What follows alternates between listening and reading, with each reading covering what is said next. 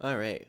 Hello, you wonderful ladies and gentlemen. I'm the Twiddler, and welcome, after a long while, back to Metroid Prime 2 Echoes. So, the last time I played this on stream, I was still in the other room.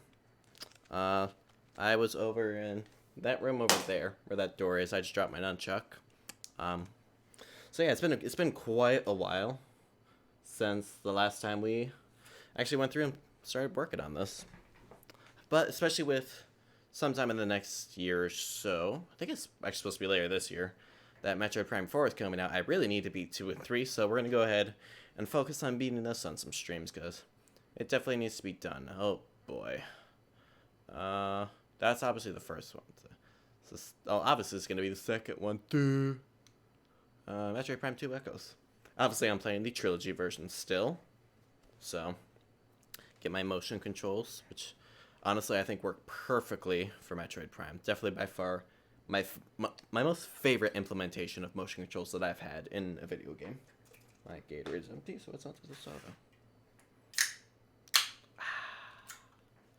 Aegon wastes. Also, I just said how I was getting my audio again, so I am getting it in my headset now, but this time it's not delayed. I'm getting it live. So in theory, when I do stuff like, yeah, it doesn't sound delayed at all. Fantastic. Alright, what on earth was I doing? I think I just completed Aegon Waste. No, I'd have the dark suit if I had. Oh, this is gonna be rough.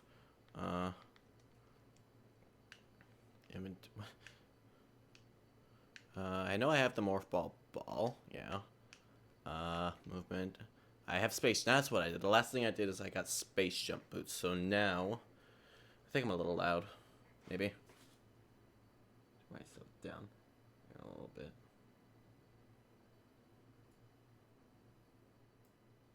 How about that? Yeah, I think that's a little bit better. I get a little noisy sometimes, but yeah. So honestly, I can't remember where I need to go with space jump. So I know that I have it now, but I don't see. Oh, that's the question, is do I have the keys? To be perfectly honest with you, I don't know. There's a red door over there that I know I should be able to get through, so I think what I needed to do next was go back to this portal, because that gives me access to just about everywhere here. So I think that's where I need to go. Oh gosh, this is gonna be a while to get used to that again. So I think that's where I need to go. I'm not 100% sure, but we're gonna go find out. And no boost ball. It's been quite a while since I played a Metroid game again. Literally, last stream I did of this was all the way back in wonderful 2019. So that tells you how long it's been since I've done this. It's before I renovated this room, which I think I did in 2019. So, wonderful space jump though. Can't go without it. Wow, that is so sensitive. I don't know if last time I played this with. Last time I think I did play this with Wii Motion Plus, but it was the attached Wii Motion Plus, not the built-in. So it's not quite as good, I think. So I think that's why, is I'm not used to that smoothness. Which also, I should be able to scan this now. Thankfully, I played the Prime Trilogy enough that I can at least remember all the controls. I can't remember if I was reading those before or not, but I'm not now. Or I might later, I don't know, it depends on how I'm feeling. I may or may not read a few here or there, I make no guarantees. Now, I don't know if that's too loud for you guys, or if that's perfect. So I'm gonna hope. Maybe I shouldn't have turned myself down. It's so hard to tell sometimes. I'm gonna just spin in circles until I figure this out. I'm gonna turn the game down just a tad. There we go. I think that is better. Or at least I hope it is in it. Didn't I just activate you? Oh, did I accidentally hit the deactivation time? So I want to say it deactivates after a moment.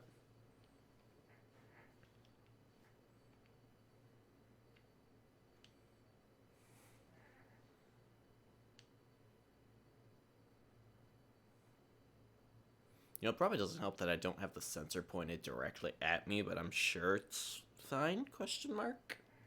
I think it's fine. I'm also fairly close, but I can't go too far back without slamming into the piano, so... Alright, I need to take the right door. Oh, wait. That's right, because... Oh, that's not what I meant to do. Over here, up there, I think, takes me into the pirate base. I think is what it is, because I don't have Dark Beam or anything either. And I get Dark Beam by going through there, so... So yeah, I think that is what I need to be doing. I don't know. It's been so long, I don't remember what I was doing.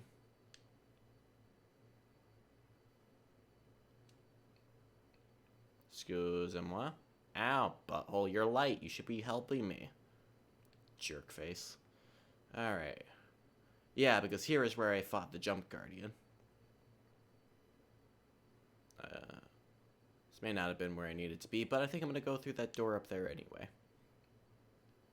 Because I think what it was is I was hitting the end of the stream when I fought this guy last time. Whoopsies. That's alright. Yeah, because up there... You know, actually, I might have needed to be in the light world, because I think actually what I needed to do is I think I need to go to the pirate base. Because I don't think I can actually get up over there anyway. Well, back to the light world we go. I'm a thing. So hope I don't die from my stupidity here. Alright, yeah, so it's gonna be a while before I get any fast reflexes with this again.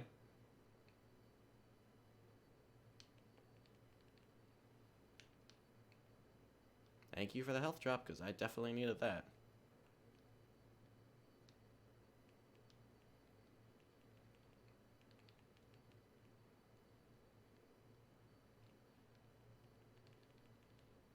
Come to Papa. There we go, that's better.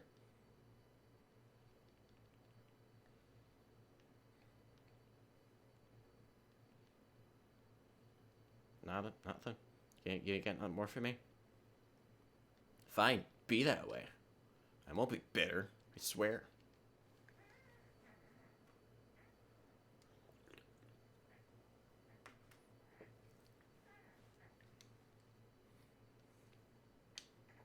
And in these I goes.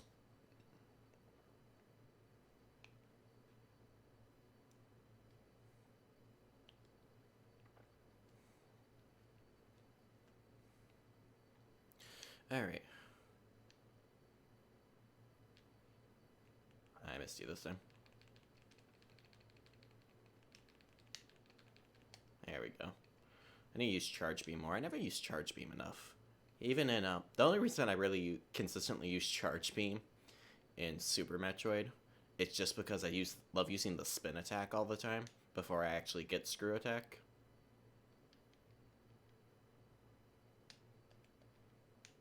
That's a wall. It's a nice wall. It's a wall of fun. Alright, yeah. Now, I can make the jumps over here now, which is what I needed. Don't be a bunch of buttholes. Mind your business. Because before I couldn't get up here, which I think is where I needed to go. Because there's the lore, which I'm definitely not going to read. And here is the gate controls I needed. There we go. Mucho bueno.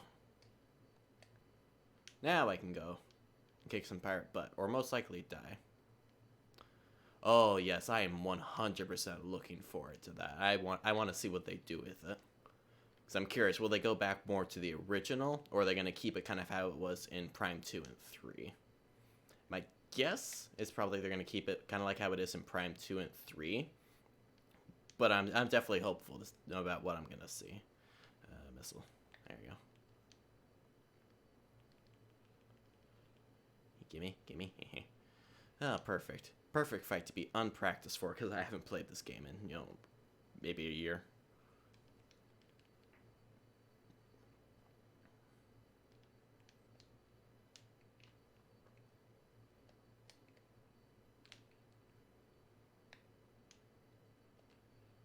I should not have locked on at that time.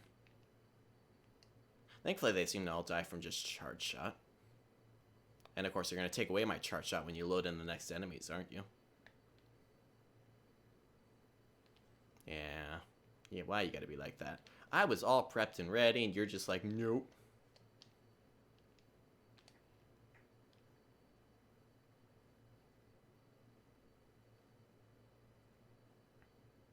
I would agree. Yeah, I think Screw Attack was just as good as it was in 2. I just think there wasn't necessarily a good implementation of it in 3. You just spent all your time constantly bopping around. What was the flying city called again? You kept bopping around that place all the time. That's pretty much, I think, the only place you really used it for. Skytown. Well, me thinking big brain. Me needs to think that has big complicated name, but nope, it's just Skytown. Sometimes I forget it's the simple things.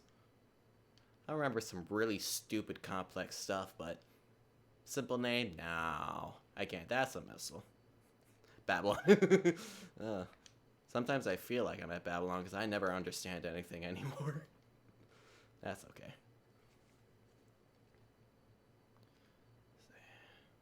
So these little doors in the morph ball tunnels used to annoy me so much when I was younger because I played on the GameCube version for so long, and they took forever to open. But playing on the Wii U right now, they load so quickly. Now, wait, was that where the pathway was? I know one of these ways has a... Yeah, no, that's not where the divot is. There's a divot here that takes me to, I think, a missile expansion. Ow, would you stop that? Ow. I think it's elsewhere. Yeah, because pop out here.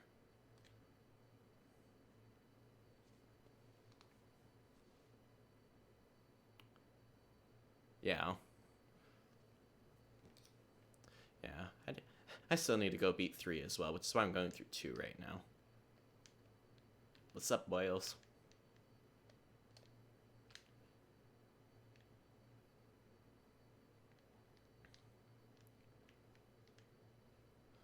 Yeah.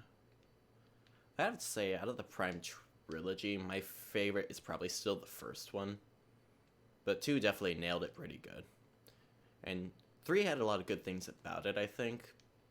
But it definitely did not hit as well as 1 and 2 did. In my opinion. Which, excuse me, I did not ask for your presence.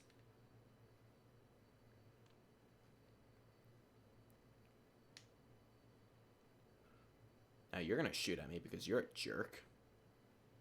Stop breaking all the windows. You live here, for Christ's sake. Hello, the most awesome looking enemy I've ever seen. You really suck at dying, though, to be honest with you. That's the door I just came in. I could see that, yeah. So yeah, I didn't really play a lot of Halo growing up because I didn't have an Xbox, but I could definitely see that a bit, yeah. Honestly, I enjoyed Prime 3 up until you had to go around collecting all the energy cells. That's when I stopped playing it and never actually got around to beating it, which coincidentally was about the same time I think I stopped playing 2. Was I got up to when you had to collect all the keys. Did I hit the wrong one? Blah blah blah. I don't remember what I'm doing. It's been so long. There's a switch for this thing somewhere, and I don't remember which one it is.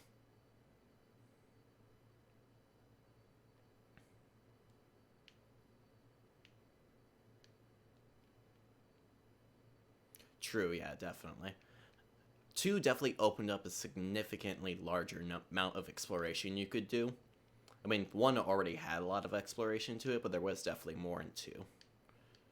And, like, I enjoy finding upgrades and stuff. I just really suck at it, and so I always just run around really low-powered. Where are you? Oops, is that one? No, that's just lore. That's just lore. Let me grab all the lore while I don't know what I'm doing. New research. Yeah. See, Prime 2 was also my brother's favorite, but I always favored the first one. Though, to be honest, I always preferred the 2D ones over the 3D ones.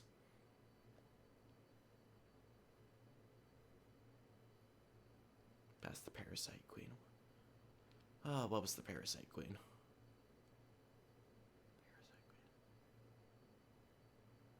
Why can I not remember what the Parasite Queen is? I should know this.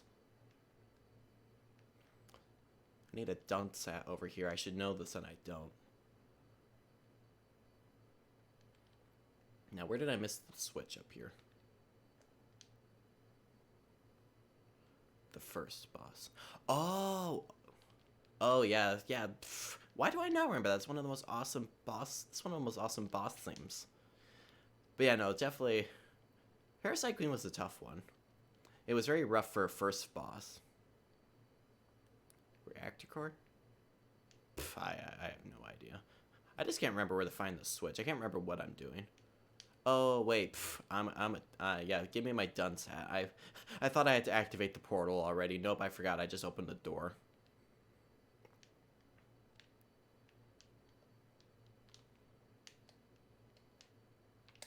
Say, it tells you how long it's been since I played this.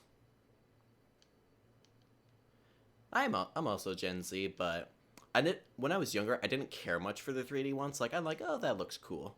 But the 2D run, I've always loved 2D platformers. True. Honestly, I would love Metroid Prime in VR. That would just make me so happy. The only thing is, I don't want it on the Nintendo Labo. I'd want like a legit, like full Metroid Prime VR. That would just be absolutely amazing. Honestly, it would be perfect for VR.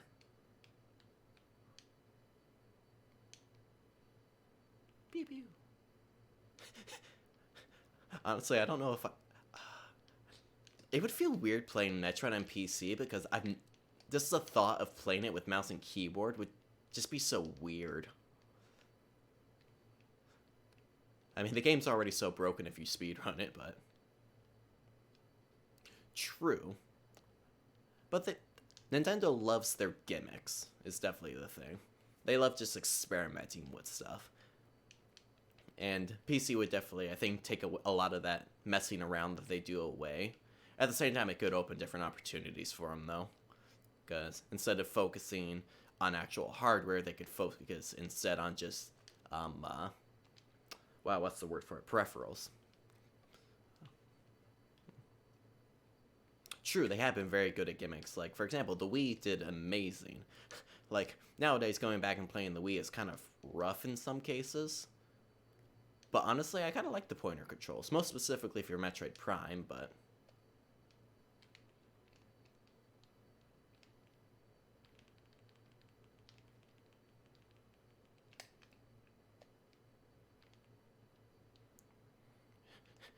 saying, they certainly aren't afraid to experiment with controllers, though, that's for sure. I think every new system has had a new controller that's been more weird and wacky than the last one. Yeah, which side has the... That side has, so I need to raise that side.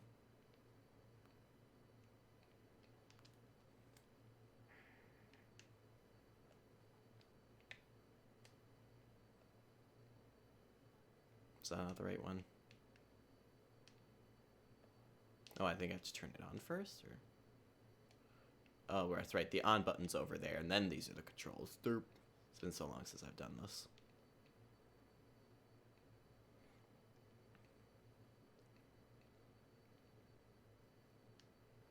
Oh look, they even highlighted this button and I ignored it.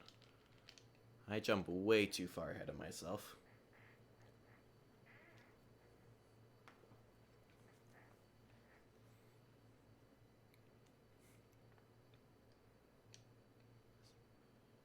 Yeah, that's my energy tank. I want that.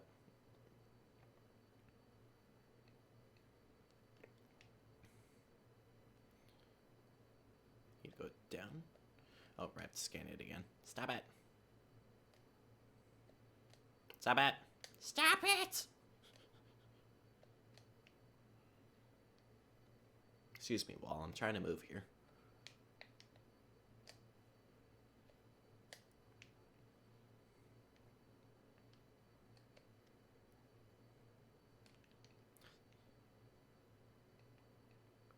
Oops. No!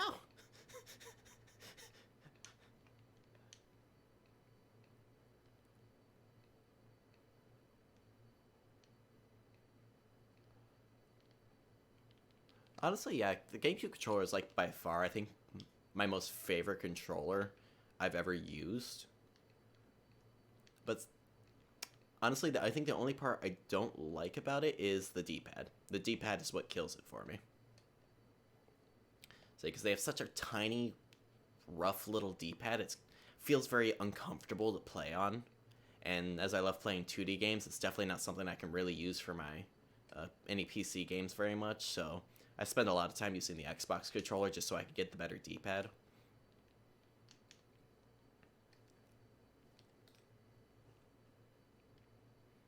Which is also one of my biggest complaints about the Switch, is I don't like the D-pad on there, because I don't like having the buttons, I want the actual pad. Which I know they have that on the Switch Lite now, and I want to say they're coming out with one that you can actually just get for the Switch that has it. But I just use like the Pro Controller, or I use the Power A controllers for it, just so I get a better D-pad.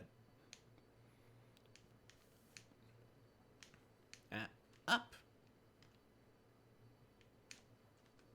One of my favorite things about the Wii version of this, though, is having Spring Ball. Makes Morph Ball travel so much easier. And it's funny, because for the longest time, I never really realized that Spring Ball and Spider Ball both came from the second Metroid game on the Game Boy. That's fair, though. So if you don't really use it for anything but menus, it really doesn't make a difference. So I love platformers. It's by far one of my favorite genres. I'm learning to speedrun Celeste right now. And so D-pads are very, very important to me. Yes, I want to save.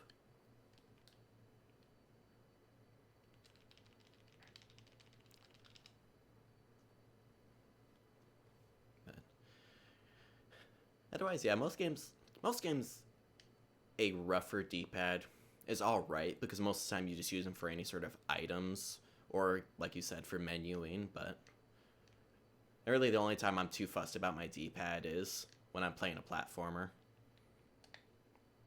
Otherwise, like, if I'm ever playing Smash Brothers, 100% guarantee I am using the GameCube controller. I suck at Smash Brothers without it. What am I doing? Where am I going?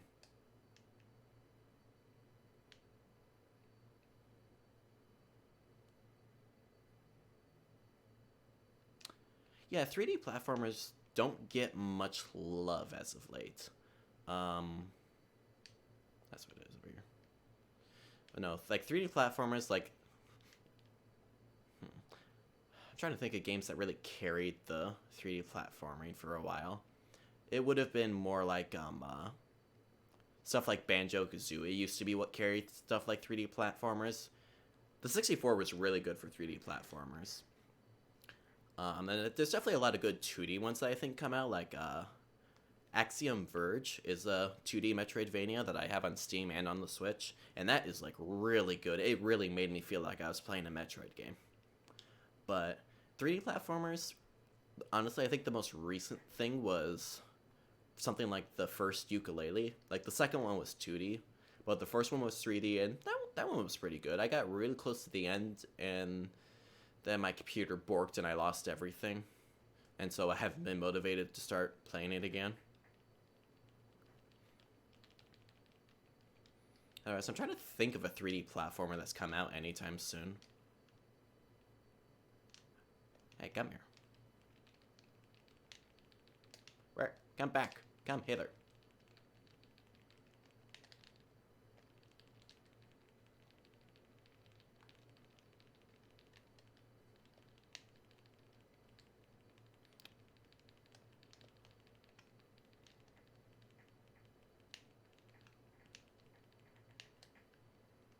Wherefore art thou? Oi! Don't be shooting missiles at me, you turd.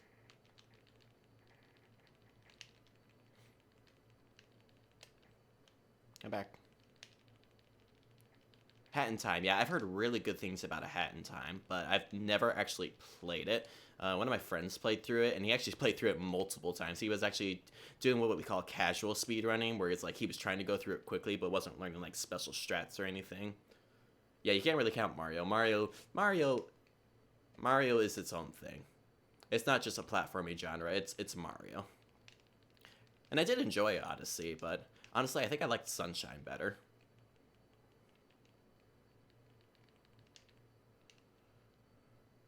Though I know a lot of people really loved Galaxy. I have a Galaxy's a great game, but I have a bad disc. My cursor constantly flickers when I'm playing the game, so I can't really use star bits to their full potential or even really collect them with the cursor, so I have to run into all of them. And so it kind of hindered my experience for the game, but it didn't stop me from beating it.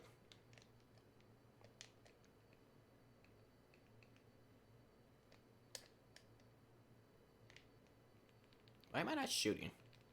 What am I doing? I'm spending too much time thinking.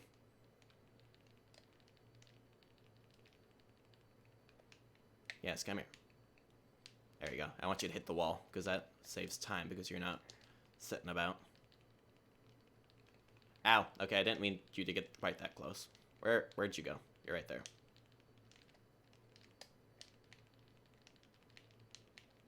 There we go. Yeah, Sunshine is by far my favorite. Well, I wouldn't say Sunshine's my favorite 3D platformer. I love Mario 64 more than the others, but I also speedrun it, so I'm a little bit biased on that one. But otherwise, just casually, I love Sunshine the most. And yeah, say honestly, Odyssey didn't feel that much open world because I don't spend a lot of time searching for extra stuff, so I just plowed through everything and went straight to the end of the game, beat it, and haven't touched it since. But yeah, yeah. Say I enjoy open world games to an extent, but honestly, I'm really lazy and like just plowing through stories most of the time, so I don't really spend the time needed to look at and find all the extra stuff you find in open world games. And here's my dark beam. There you are. Yeah, no, so I'm definitely with you on that one. There's my favorite purple gun. I do struggle a lot with that as well. Even with stuff like Pokemon, where you still have like a goal where you need to go, just kind of muddling about trying to get to it. Honestly, I hate grinding is one of the things. And one of my biggest pet peeves is I hate grinding. Which is ironic because I speedrun and I spend several hours practicing the same thing over and over and over again until I get it perfectly. But no, I hate like grinding and stuff, which is why I don't really play a lot of RPGs. Because while I love the stories you get in a lot of RPGs, I can't stand to just grind at it forever. It's like I just want to progress in the story, so I'll just play those on like easy mode and some a lot of the times, just so I can get the story, but don't have to worry about grinding away. There you are. Where's the other one? Hey, here you go. Alright, and away we go. And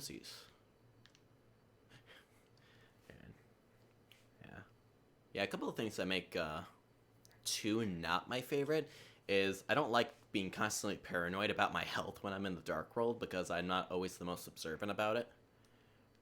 And the other thing I don't like is I don't like paying attention to ammo. I like just blasting away without a care in the world, which works really great in the first one because you don't have limited ammo for your guns. But whereas I have to be constantly aware of ammo counts and everything in this one, which is one of the fun quirks about it. But again, I'm also really lazy and don't pay very much attention, so I'm constantly running out of ammo and struggling.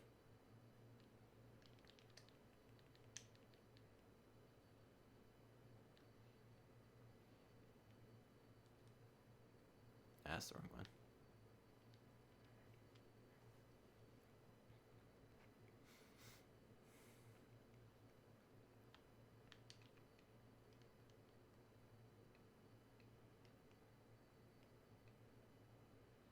So I'll just go over and grab this key right away.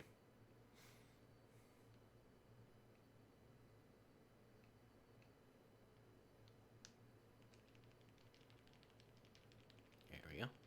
That's 2 out of 3.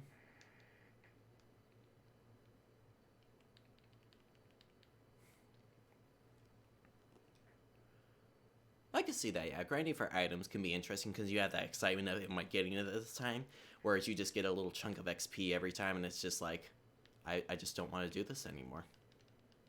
But yeah, so that makes sense. But yeah, there's nothing worse in a speed run than having to sit and wait. That is like the most painful thing to both do and watch. I should have waited to do that, shouldn't I?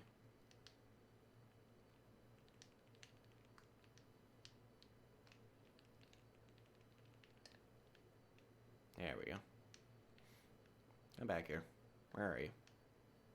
There you are.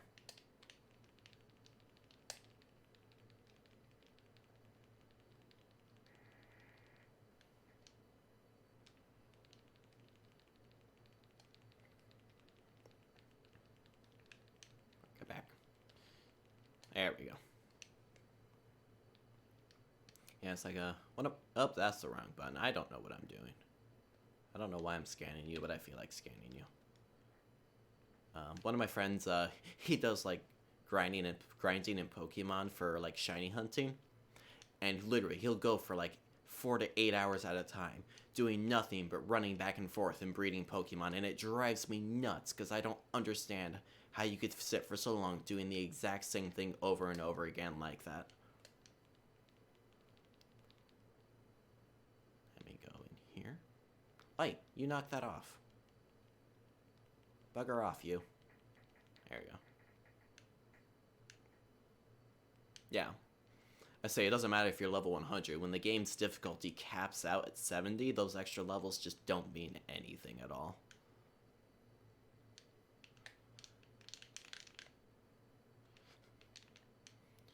But see, that's one of the things I like about Metroidvanias is that all the items you get are relevant and important in some way. It's not just like, oh, I can get a million different types of healing items. Each item has its own unique, they're all very unique and have a very strong relevance to what you need to do. Or some items are completely unnecessary. Like a spring ball is technically not required, I don't think, in any of the Metroid games. It's just really convenient to have, and it's definitely worth going out of your way for. But I mean, it's certainly helpful at times, like getting stuff like energy tanks and ammo expansions. But I don't feel like I'm interested or too excited when getting them, except for the fact that I'm always dying because I'm too lazy to go out and actually consistently look for them. Open sesame. There we go. This is the door I just came in. I swear I'm not directionally challenged. I just do struggle occasionally. Oh, I hate it when it does that. It's like, yes, you can go in. Nope, I'm shutting you out again. Darn door's trolling me. That's so much easier to do in this version than it was on the GameCube. At least they're kind enough to put a health bubble in there, or a light bubble. Indeed, maps are indeed very hard. That's funny, I can read a map fine in real life. Put me in a video game, I'm gonna spin around in circles for 5 minutes before I figure out what I'm doing. Oh, where for there? There's one up there, one over there, and there was one over here, I think, question mark?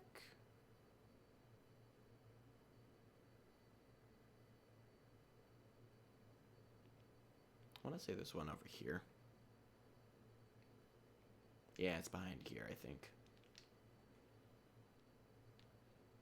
I know it's somewhere over here. There it is. And you're not going to let me get it from here, are you? Ooh, sweet, it does. That light's going to turn off on me, isn't it? While I'm in the cutscene. No, I did get it. Sweet. Or the game was just being nice to me, one of the two. I shall accept it either way.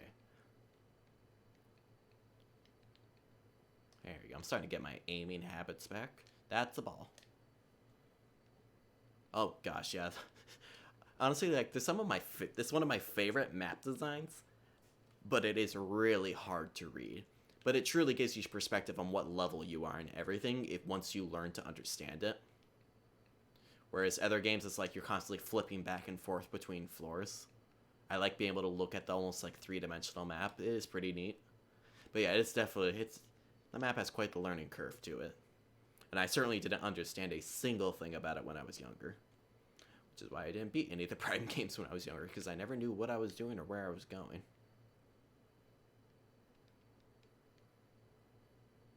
For some reason, I always expect that to go straight into the room with the light gun. I don't know why, but that just always is constantly in my mind. Like, yep, this is the light gun. Nope, it's a little bit farther on. Ironically, I think it's actually in the same room. Is it? Is it? Is it in the same room as the dark beam, just in the dark version? I want to say that's how that is.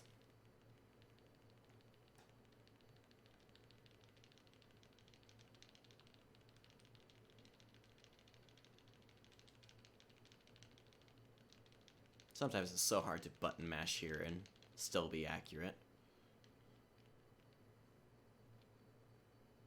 Where's my thing?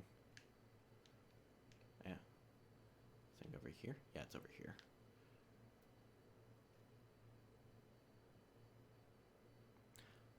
Yeah, that does seem to be a very common thing. I think it's because the games truly are very challenging, especially if you've never played one before, or you've never just played a Metroid game in general before.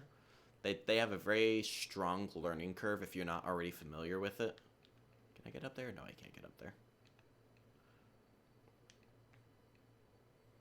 Ah, fudge. No, no, no, no, no, no, no. But, I mean, I've still never even beaten the first Metroid game, and I have it on cartridge sitting over there on the shelf. But they are very rough to do unless you know what to do.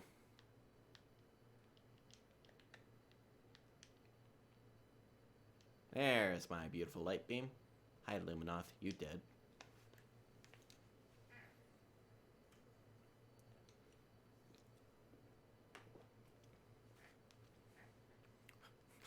Yeah, they're definitely pretty rough to get into. You know, do you remember if it was handheld or console? Because I'll definitely at least give an indicator of kind of how old the game is. It was handheld? Okay, my guess is it was probably one of the Game Boy Advance ones then.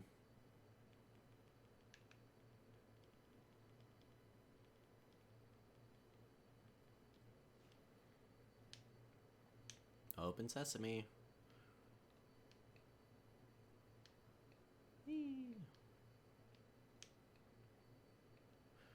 One with dialogue. I think they both had dialogue, but I think Fusion was more dialogue heavy than Zero was. Because the two Metroid games you had for handheld, I think on the GBA, were just Metroid Zero Mission and Metroid Fusion. And Zero Mission was definitely the better of the two. But it was also a remake of the first one, whereas Fusion kind of went a little bit off. Did you have to fight a clone of yourself at all?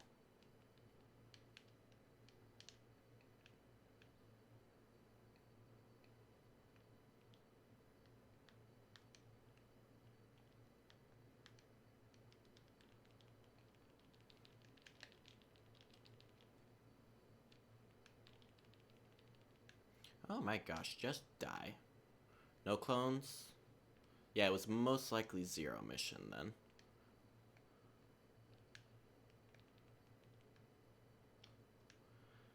Yeah.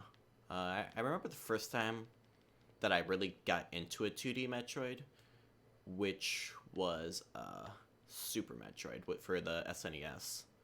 And yeah, it definitely took a while to get accustomed to it. I know you're over here, Key. I know you're here. But the biggest struggle was actually just going down. Because at the very beginning of Super Metroid, you have to go to the left, but then it's not very clear as to where you have to go. They don't tell you you can break the wall on the left side of the map until you try and just blow it up with a Morph Ball Bomb. And it took me hours to figure that out. And it got very irritating, so it definitely, there's a very large lack of direction, especially in the 2D ones. So 3D ones are a bit better about it, but definitely the 2D ones kind of sucked about it.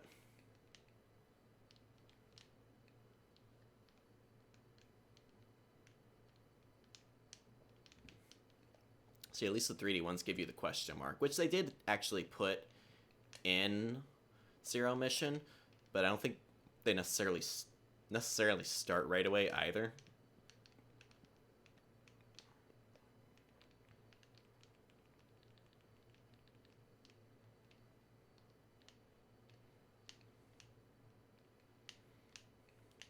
Though that's actually a very common thing I see as well. If people love the Prime games, a lot of the times they don't actually like the 2D ones. Because, again, my brother's the same way. He loves the Prime games, but he absolutely hates 2D Metroid.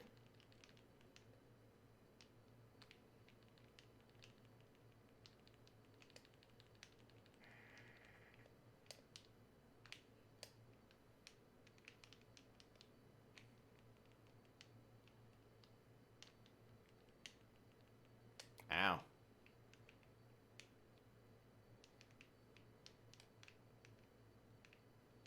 There's just still 2 left. There is still 2 left. I thought I was down to 1. Alright, now I'm down to 1. Where are you? Yeah. Yeah. Now, I think for its time, I think the Ing were a fairly unique enemy. I mean, they were still obviously sitting on the spider trend, but the be able to kind of mop into the floor and kind of swim around was definitely unique at the time, where it's not so... Is there still more? I swear. I suck at counting, apparently. But now with, like, Splatoon, it's such a more common thing to see. Or at least nobody's surprised when they see it, where at the time your enemy disappearing into the floor where you weren't sure you were able to hit them on was definitely very unique. Oh, I think more ink just keep coming. I think that's what it is. Yeah, there isn't really an enemy like the ink. Like, I mean, like, they had the obvious dark things of black and red. But they're interesting because they have... Obviously, they have some sort of biological capabilities here. But they also have an interest in technology due to the fact they obviously keep stealing it from everybody. Me included.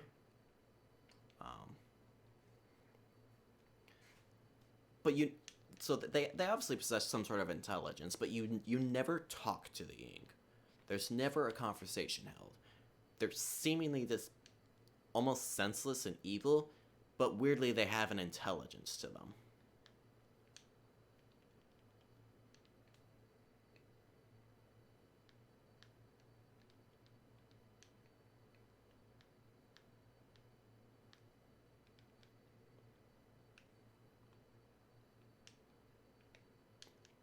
Definitely, yeah. I could see a somewhat design resemblance to the Hunters. Kind of remind me of the, what's the... Oh, you jerk. I hate it when you do that. What's... Antline Guardians, that's what they are.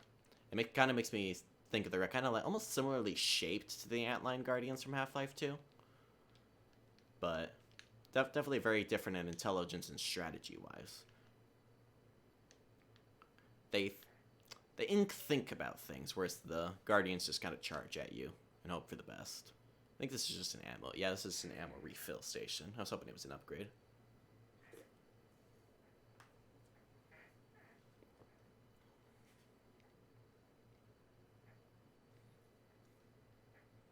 So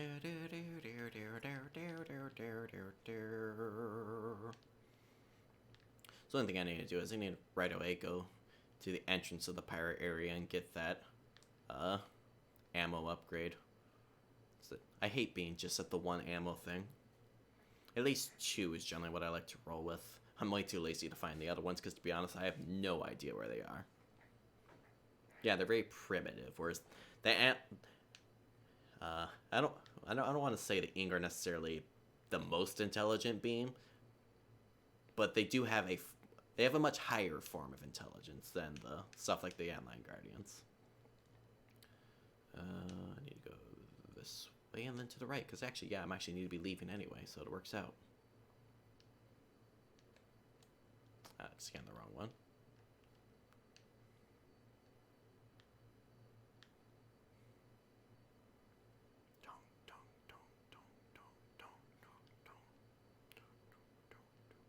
Actually, I don't know if I can actually get this without super missiles, though. I can't remember. It's been so... No, I can use the cannon. That's right. I don't need super missiles. It's the cannons you use.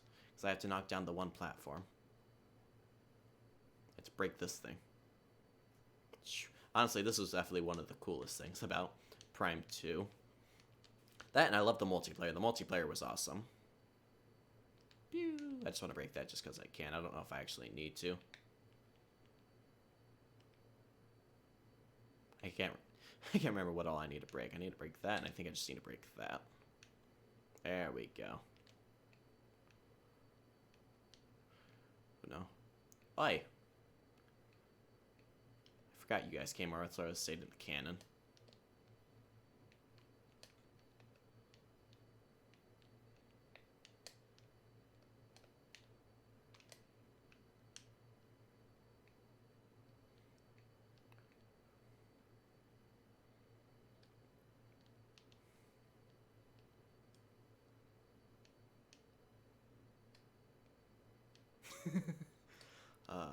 I think I beat Half-Life 2 before I beat Prime 1.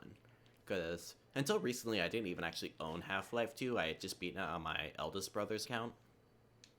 On his Steam account, but...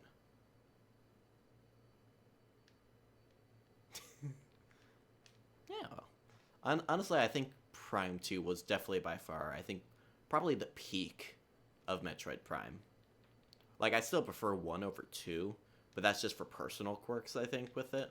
But I think quality-wise, I think this was, like, top tier for what Prime could reach. Hopefully, until Metroid Prime 4. I'm hoping they blow us away with 4, because Other M definitely did not suffice for anything. I need to go this way.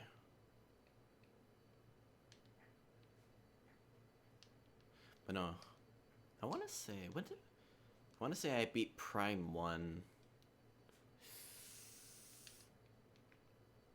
It might have been... I want to say it was 2017 or 2018. And I want to say I beat Half-Life 2 in 2014 or 15. I don't like these things. Honestly, I think that's probably why I like it most, because for Christmas one year, when the GameCube first came out, my parents had got it for my brothers and I, and we had 2 games for the GameCube. We had Luigi's Mansion and Metroid Prime. And so we played those a lot. And so I think I carry a lot of nostalgia for Prime 1 compared to Prime 2.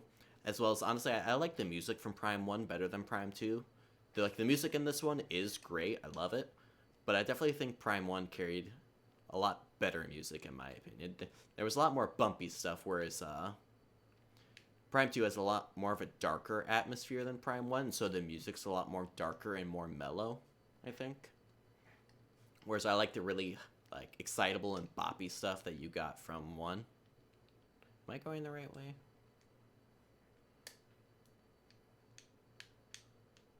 I suppose it doesn't matter one way or the other. I'll reach there, which I think is where I need to go, question mark? I can't remember. So that's the pirate area.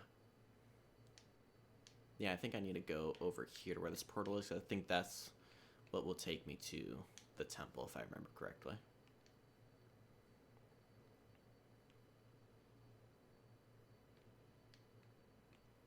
Well, I failed to hit you. Let me in. I am really struggling here.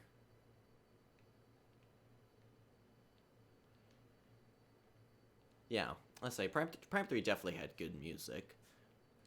But it definitely doesn't... It's not as memorable as the other ones, in my opinion. What am I doing? Where's my door? Where's my door? Oh, my door's back there. Yeah. Yeah, it definitely had good music, but it definitely didn't feel like you were playing Metroid. Your face is a door.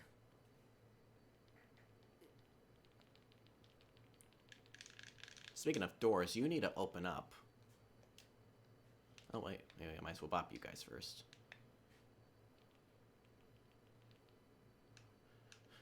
Oh, dude, you are missing out. Metroid is absolutely amazing.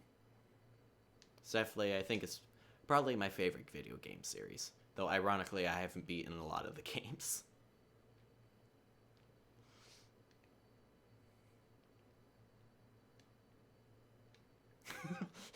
I used to when I was younger, but then my mother would yell at me to stop slamming all the doors.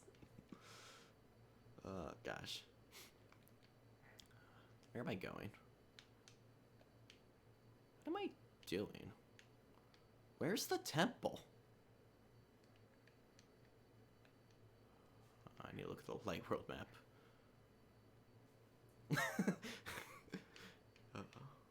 No, Travis. Did I go the wrong way? Gosh darn it. I need to go through that red door I was complaining about earlier. No, Travis was normally the one who was slamming our heads in the doors. He wasn't the slammee, he was the slammer. Then again, with Connor and I, it wasn't always necessary, just because we like to bang our heads against stuff on our own, so we didn't really need assistance to do that. How do I get up there?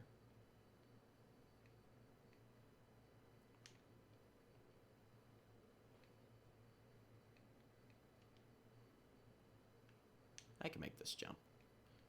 Yeah, that jump's easy. What was I complaining about earlier? Yeah.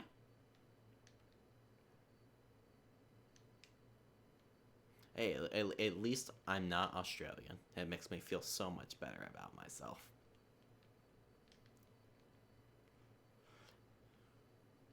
It does. It looks like it's a much larger gap than it actually is. It makes you... It doesn't help that I'm not used to this field of view that you got in Metroid Prime either. I'm used to so many other games where I'm a little bit more zoomed out. And so everything feels like I'm, like, forced up into it. It's not as bad as I played through Borderlands 1 with my dad, and the field of view on that was horrible. It was by far one of the worst fields of view I've ever had in a game, because it literally felt like your face was pressed against the screen.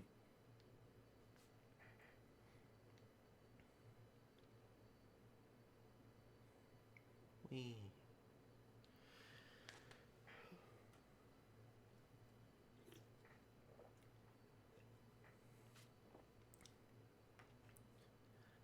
Claptrap, you either you love Claptrap or you hated Claptrap. I was on the train of I love Claptrap. And now we wait. Because I want full health in this. So what I'm going to use... I'm going to take this opportunity to run to the restroom real quick while staring up at the ceiling. So, while my health's regenerating, I'm going to run to the restroom. So, I will be right back. I won't fall in. I hope.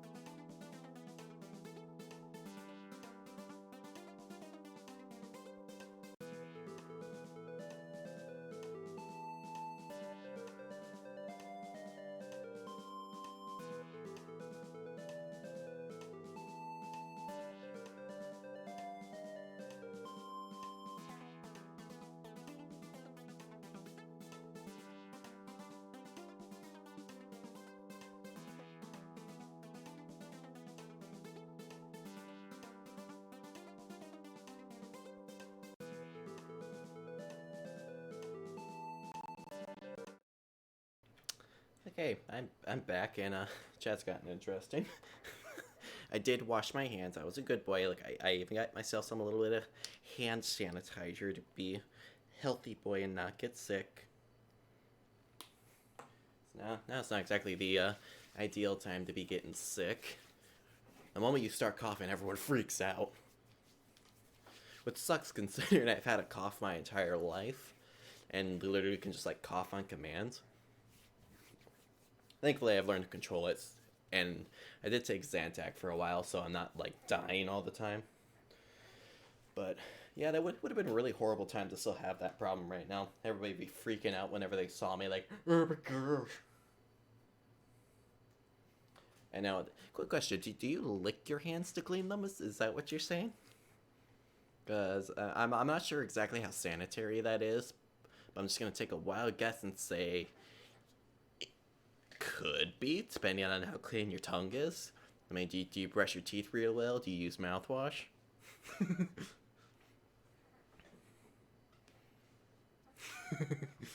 is that? Say, my laptop's a little bit far away, so I can't see emotes too well, so I have to look over at my desktop. Okay. Oh, gosh. We have this thing called chat that tells everything. Wherefore art thou?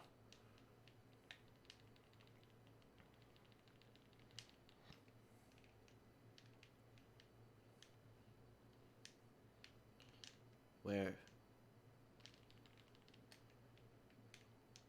I really suck at this fight.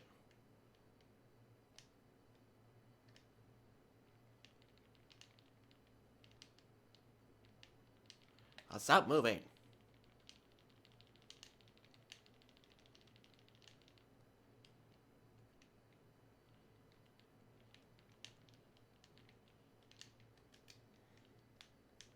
There we go.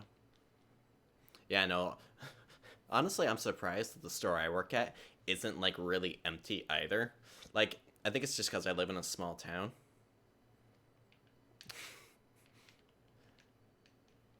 That's got to be irritating. Burp like once every minute. I'm guessing drinking soda and stuff just makes that even worse too. Where are you?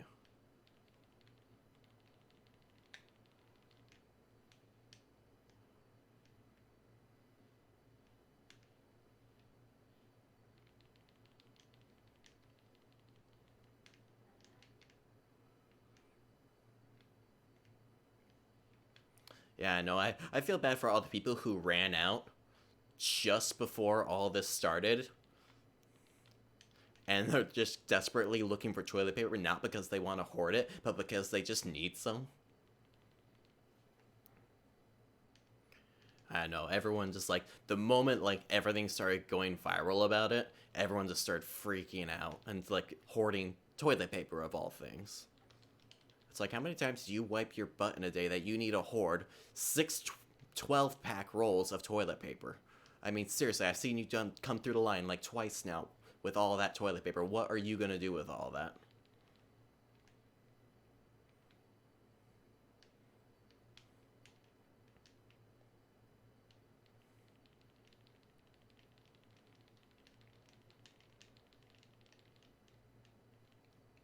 Oi, knock it off.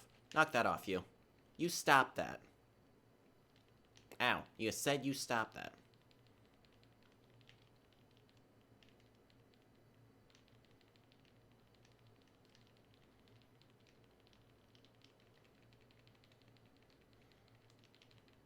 Hey, there's one down.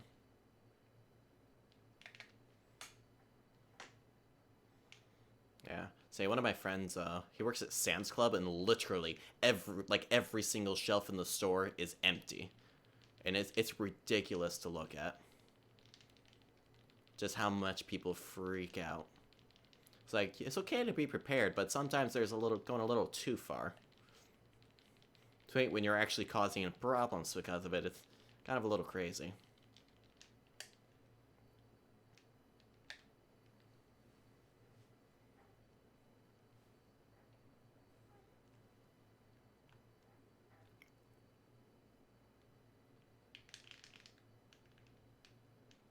And it's funny, when I started the stream, I'm like, we're not going to talk about the coronavirus, and yet here we are because, well, that's what's going on.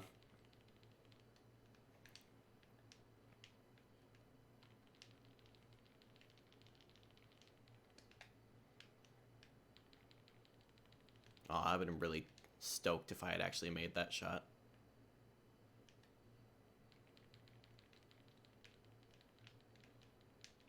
Understandable.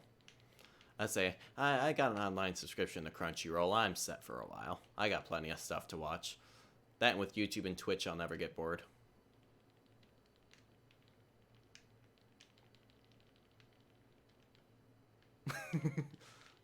I never really watched anime on Netflix. Like, I know they had some good stuff on there. Like, they had Death Note on there, and I know that's good. It's one of my favorite ones. Ow, stop it. Nope.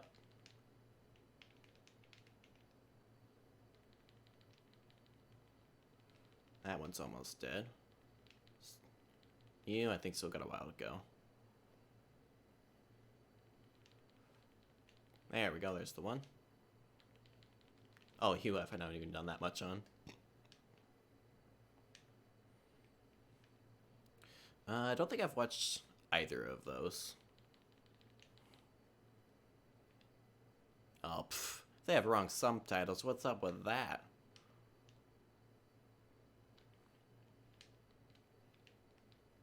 Ah. Bodo.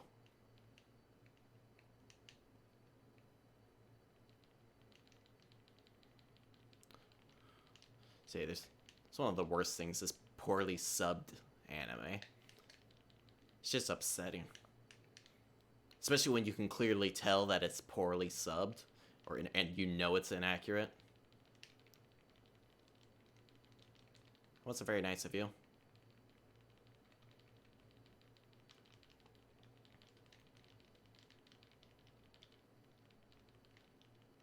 There we go.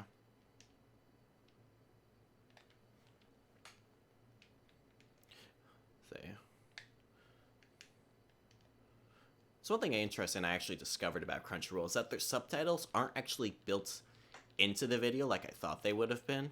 They are actually like a separate, like, closed caption setup. So you can technically turn them off or switch them or anything, which I didn't expect when I got Crunchyroll.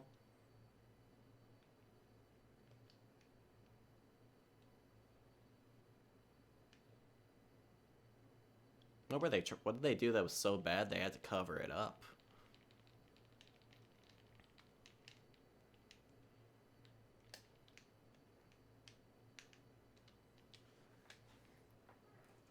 There we go.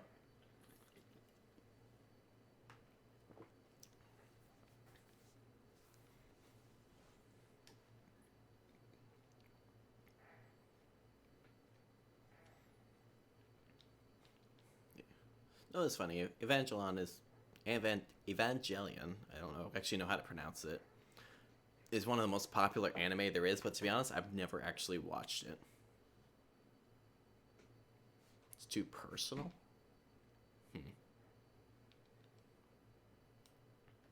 I mean, isn't that kind of why we make stuff like that? Is because it is personal? It's supposed to be personal? I mean, it's like, for example, if I were to write a song, I wouldn't really want that song to be just about some random and blah blah thing. Like, there are good songs that are like that, don't get me wrong, but I feel like if I want to create something, I would want it to be personal. I wouldn't want it necessarily just be some kind of like throwaway trash thing.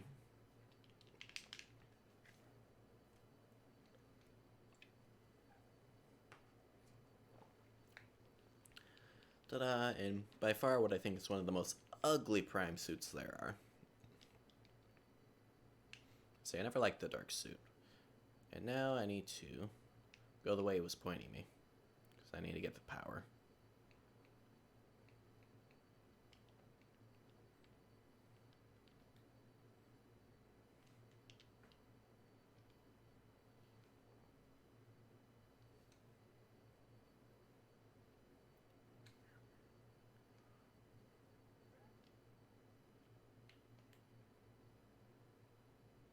Yeah. Yeah, unfortunately, with anime, I don't think Netflix is entirely on top of things. Part of that might just be lack of knowing what to look for because Netflix, I don't think used to be on. I don't think anime used to be on Netflix for the longest time. I think that was a more in the past couple of years thing.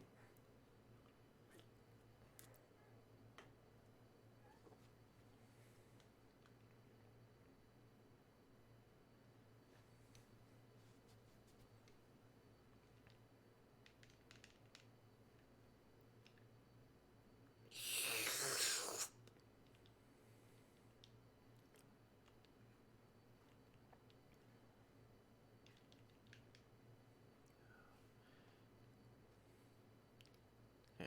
So anyhow, when you're a kid, all this looks so beautiful and amazing, and then once you get older and the quality of things gets better, you realize just how pixely everything is. Though to be honest, these shields still kind of look perfectly spherical. It's kind of hard to notice.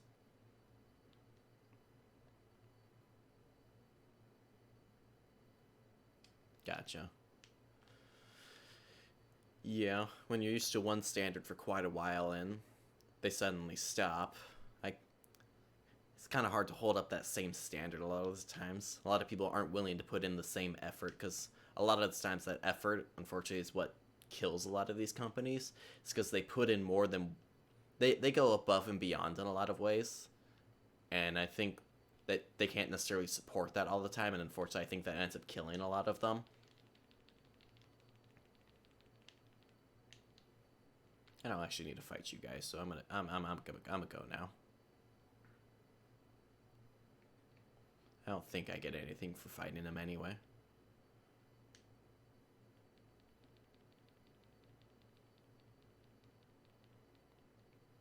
Yeah.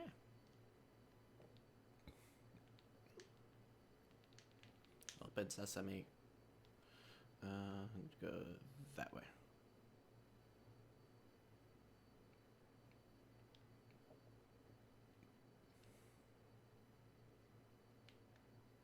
True.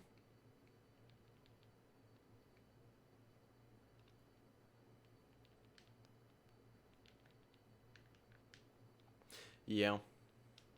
Wonder how the wonder if the subs would be right on like a site like Crunchyroll that's like dedicated to anime. I wonder if they'd have like an option for both or something. Excuse-moi, I have no interest in fighting you. Excuse me. Oh my gosh. You're not gonna let me get away with this, huh?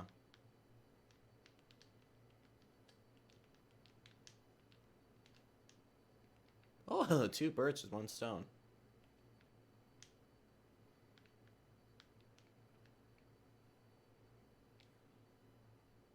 One thing I do like these pods because they're very helpful for getting ammo. Because you can always just shoot them with whatever you don't need and get what you want. Because they're technically considered an enemy in some ways.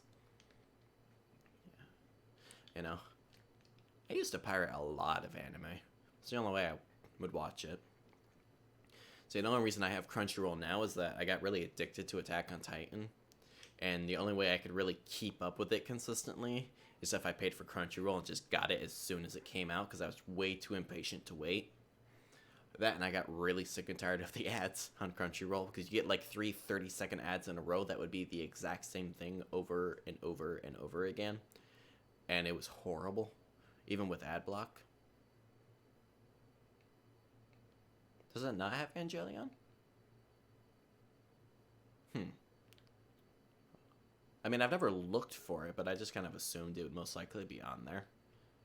Again, it's one I've never watched, so I've never really looked at it too much. So yeah, it might be something to look into. Say, because if it's regarding rights or something, then it might just be something that's stuck with Netflix because Netflix likes to put his hands in all the cookie pots for all sorts of different shows and stuff, and a lot of times, even if they're not doing a good job with it, they won't let go. I think I've already gotten this because I think it's... How did I not get this before? I must not have had Morph Ball Bomb the last time I came through. Well, I'm glad I checked. Yeah, yay, Monopoly. The only time Monopoly's good is when you're winning, and unfortunately, with a Monopoly, only one person's winning, so it makes for a lot of upset people.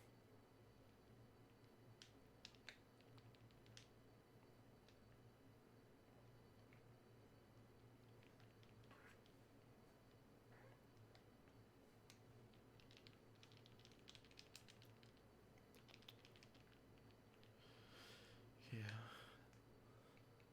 Yeah. Monopoly's kind of suck. Like, it's great if you're the one, but yeah, it just causes so much headache and hassle for everybody else. Yeah, no kidding.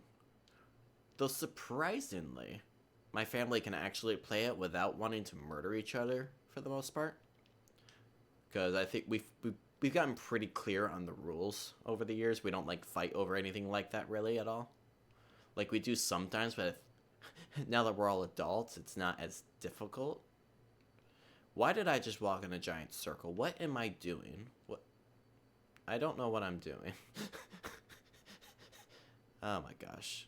I did the same thing I did before.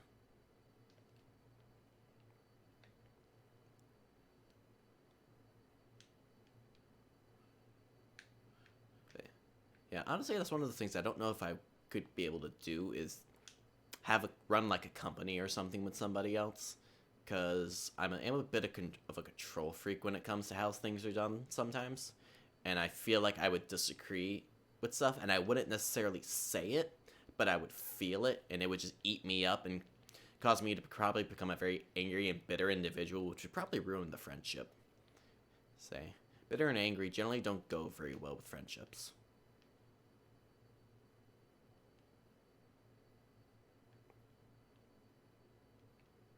So no, I think with most endeavors, I'd probably have to stay solo for most of them, just because I could be very stubborn at times. Like sometimes I can just be like, okay, this makes sense. I'll roll with you on that. But if I strongly disagree with somebody, I won't outright say it. I'll just quietly be angry at them in my head. Not necessarily very good at that communication stuff. Yeah, you lose motivation for it.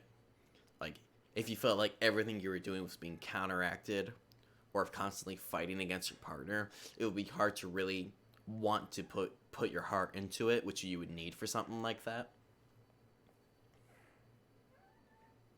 Yeah, it's like I certainly don't complain about money, but when if that's all you're in for, if you have no passion in your work at all, it will just like destroy you.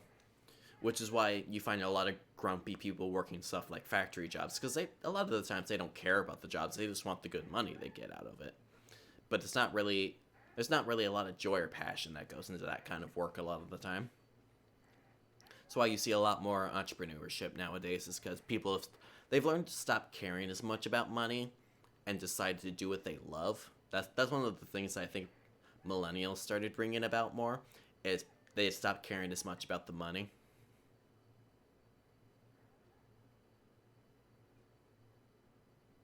Yeah, I think that's a good way to go about it. I think if you have a passion, it shouldn't be about what you get from it, but what you're trying to make of it. Like obviously, like for example, for if you want to start like a business or something, you want to be financially successful with it. That's part of the purpose of a business. But like for example, like streaming stuff here, I'm not making. I think it's a bird in the game.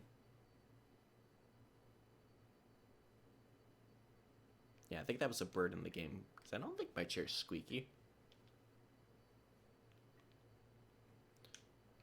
But But yeah, no, like with the example of my streaming stuff, I would love to make enough off the streaming stuff to be able to do it like as a full time career kind of thing. But that's not the purpose of me streaming. I don't stream to make. It is my chair. My chair is squeaky. I just heard it. Yeah, that's my chair squeaky. I'll try to stop wobbling. It's not. It doesn't make very good content there.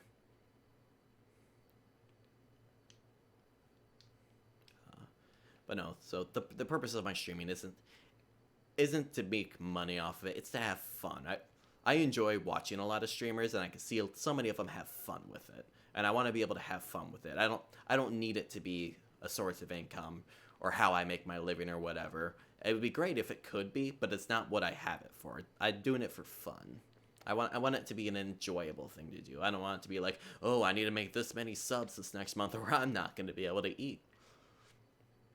So I need to go right.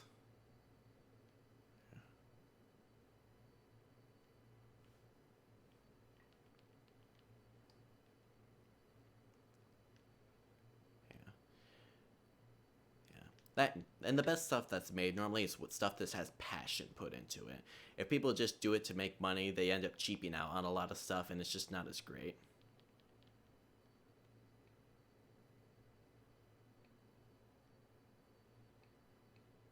Yeah, Beat Saber I could see being a really good one, because one, it's just a really good workout. Two, it looks like a really fun game, though I've never actually played it. And three, you can just a lot of fun created content with that. It's it's a lot of fun you can have with stuff like that. Like one of my favorite streams to watch is the 8-Bit Drummer, and he plays stuff almost entirely of what people suggest to him. He doesn't require you to have pay him or anything to put it in a queue or anything. He plays what he wants to play, what he sees on the list that he thinks looks like fun to play. But no, he does get some user created stuff in there as well. But like Mario Maker stuff, that stuff could be fun to stream as well, just because you can get a lot of user created content out of that. But yeah, a lot of those things are just kind of like whatever floats your boat kind of things.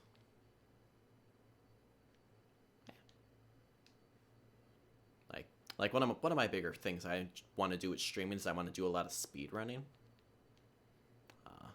Say because I love speed running. It's a lot of fun. I started speedrunning Mario 64 I think a year or two ago, something like that. And then recently I started learning to speedrun Celeste, and I've been having a lot of fun with that, though I haven't actually learned the full route yet. I need to do that so I can actually start doing runs of it. But everyone has their own little thing they like doing.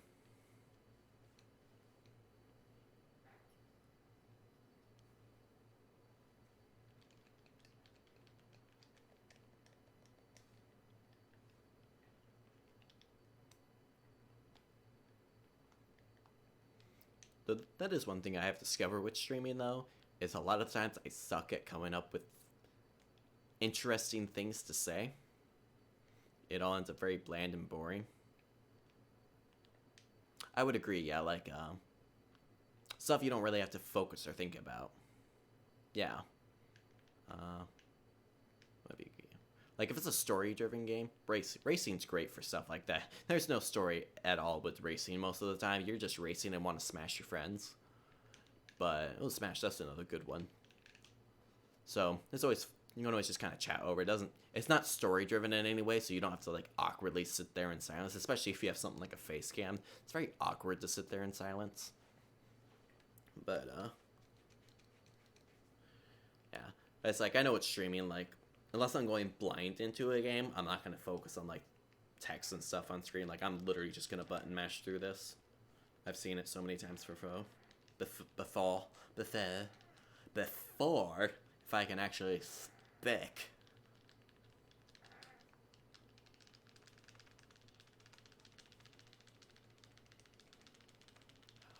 Oh, I remember playing Melee so much growing up. Melee was the bomb. I loved Melee.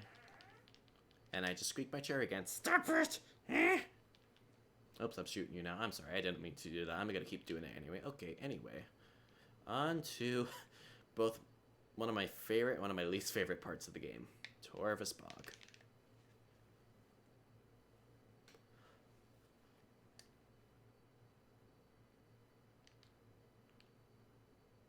Let me off. So I was never good at unlocking stuff in Melee, though. I always had my brother had to do that. Yeah, the Chozo. I 100% gotta still be living somewhere. Where? Who knows? They gotta be. I really hope that the Chozo you actually get to see more living Chozo, because I don't know if they ever actually show. They're in my room. Oh. Yes, the Chozo are squeaky. That's a good question. What sound do the Chozo make? Oh, I'm where it's trying to go, not the opposite way. I mean, I suppose they are birds, so I suppose they would have some sort of squeaking or squawking sound. It's not something I ever actually thought about. Also, is that a space jump thing? What icon is? I don't know what that emote is. Oh, looks like a bird. Never mind. I don't know what I'm looking. I have eyes, but I don't know how to use them.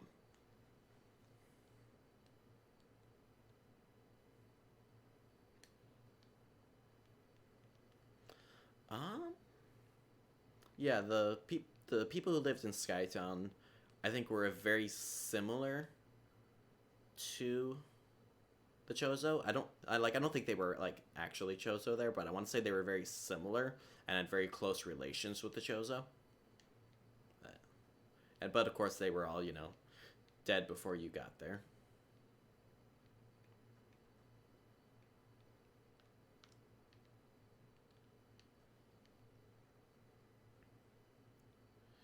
I can't remember what race the people in Skytown were called. Samus brings death, both in her own self, and that if she plans to go somewhere, everywhere there is just going to die. But I suppose maybe that's just part of the life of a bounty hunter. Is that you just kind of get used to death.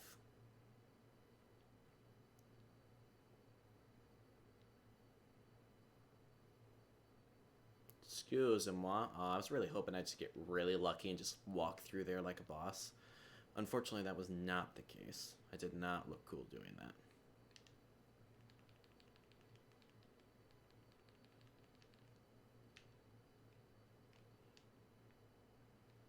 Now they're both here. They both coincidentally go up when I don't want them to. Boing, boing, boing, boing.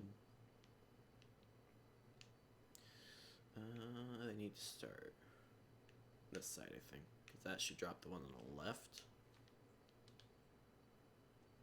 Yeah. Then I gotta come back this way.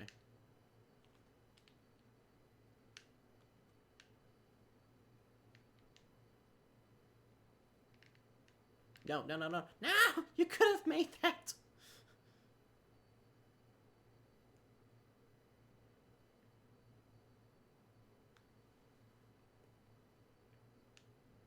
I would love to learn more about the Chozo, though. They're certainly fascinating. Gosh darn it, I need to go one farther. Oy vey. I always get this puzzle wrong. It's so simple, but it just kicks my butt every time. Let me out. Let me out. Let me out. Because now I have to go open these ones again. Go all the way to the third one.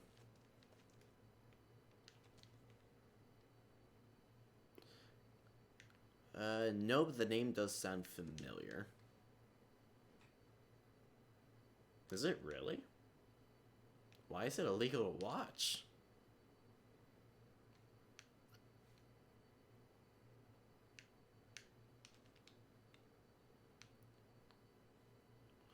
Say, I imagine an anime so horrible that it becomes illegal to watch.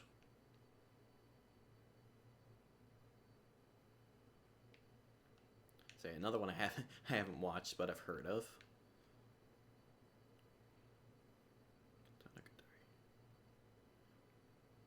Just hasn't been licensed? Interesting. So literally just nobody's allowed to stream it because nobody has the rights to stream it?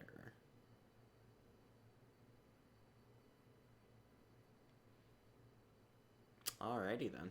I mean, I'm sure there's plenty of places that probably stream it anyway, but it's interesting. Why is it unlicensed? Messed up stuff? Ooh. What kind of messed up stuff? I am possibly sickened but curious.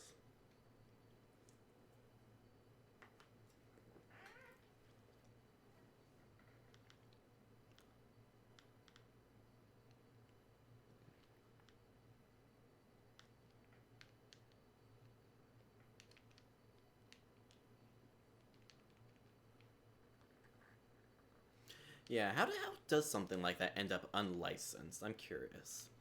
Like, did somebody just forget to sign a paper or something? They forget to fill out a form?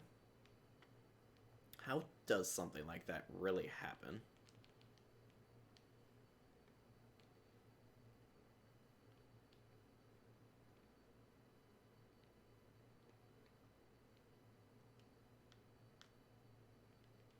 Excuse me, did I ask for your opinion? Go away, you.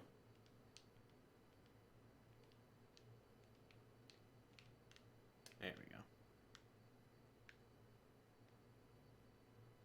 That is... Oh yeah, I need you.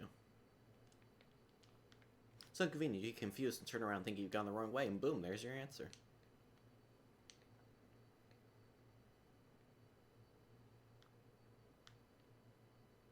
So that makes me use all of my light ammo just getting there.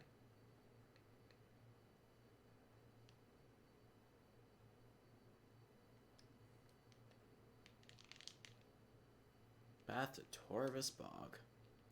One of the most beautiful places in the game. Has really boppin' music. But it's also probably the most irritating one to traverse.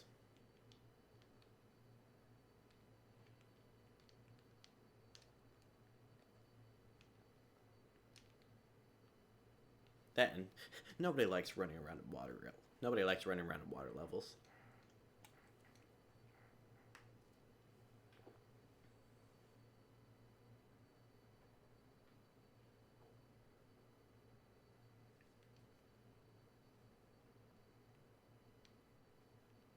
Yeah, there's probably a lot of diamonds in that rough. All the good stuff that nobody knows about just because nobody knows where to find it. But of course, if they ends up one place and the one place gets too popular, then they get shut down. Like, they finally shut down the Pirate Bay after how many years of it being the main source of all pirated content? So, stuff like that just, it can't get too popular. Yeah, like, fudge. No, get off of me. Nobody likes you. You look weird and your mama dresses you funny. Yeah. Like, I never really used the Pirate Bay myself, just because at the time where it was really popular, I wasn't really smart enough to do stuff like seeding and stuff. I didn't really understand how torrenting and stuff worked. I didn't understand it until I was older. And now at this point, I really have no need for it. Yeah, no kidding, right? I used to love YouTube, but to be honest, I honestly I don't like YouTube anymore. Like, I like content on YouTube, but I don't like YouTube itself. Yeah, unless it's like an easy way to look at stuff, I'm not gonna just go find it online. But like when I was younger, my brother and I used to pirate games off online. I don't remember. We did it through uTorrent. We'd just find random seeds and stuff for it. And I know I beat through a couple of games doing that. But a lot of those games that I used to do that with, I've gone through and just bought now. Part of me honestly felt bad for it. The other part of me is just like, I like these games, so I just want to have them anyway.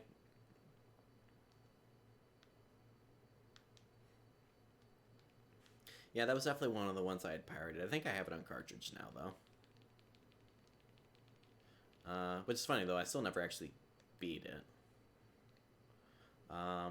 The way I originally beat Super Metroid is I beat that on emulator. Let's see.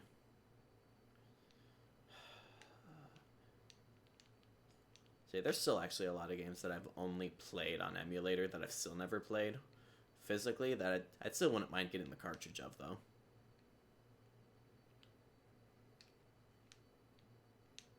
Yeah.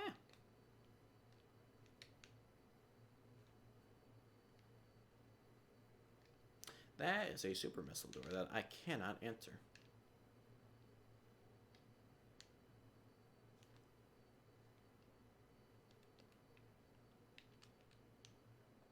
No, there were like a lot of older PC games as well that I used to. My brother and I would try and pirate. Like, I know at one point I think it got Hitman 3. Where's my activator for this? Is that up there? Of course, I can't get it from this side, can I? Yep. Unless I can just get closer to it.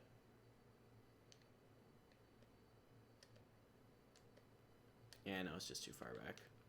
Which means I need to go this way.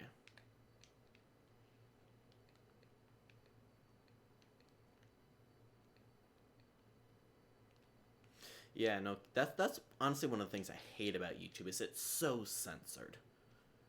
Like, it used to be about people doing what they loved and putting it out there. And now it's about whatever gets the money. It's become... Oh, that's the wrong button again. That's also the wrong button. Yeah, it's like half of our content that gets put on there anymore is all just demonetized, censored, muted. You can't do anything on YouTube anymore.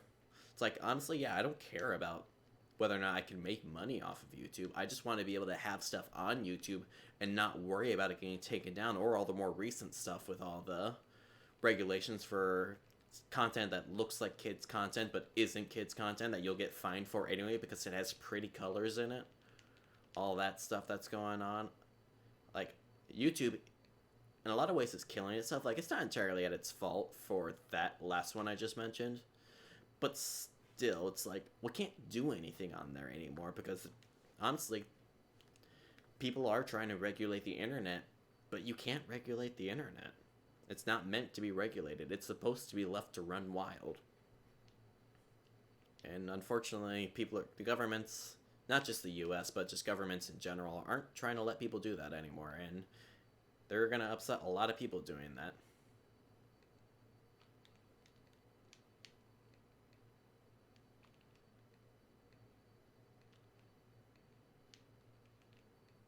Like, I'm very glad Twitch is still very chill about, like, everything.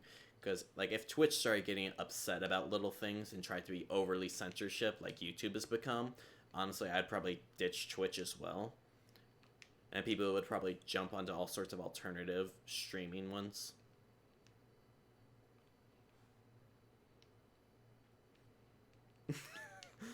Some of them definitely do. There's some that are so pretty chill, though. Yeah, nobody likes anime on YouTube. You put anime on YouTube and everybody hates you, except the weebs. The weebs love you. It's like yeah. I was gonna say something, then it left the station without me, and I don't remember what I was gonna say. Yeah. But yeah. No. I just loved the variety of content you would get on YouTube, and there's so much less of that now. And honestly, it's very sad and upsetting. I remember I grew up watching YouTube. It was one of my favorite things to do. And now you can't like do anything on YouTube anymore. It's very depressing, actually.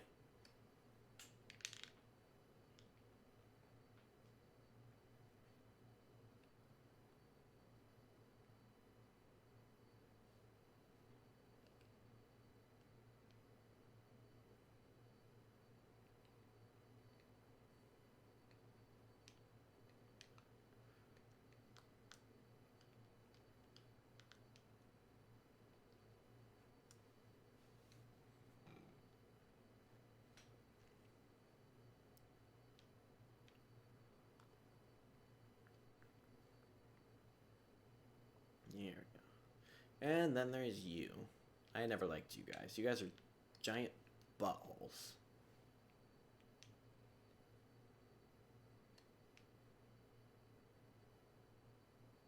Where are you?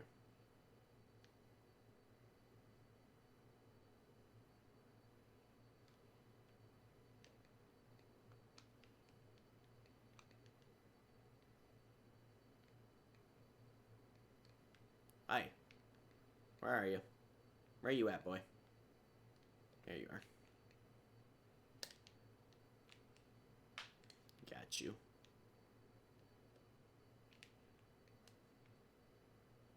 Oi, you knock that off. You stop that.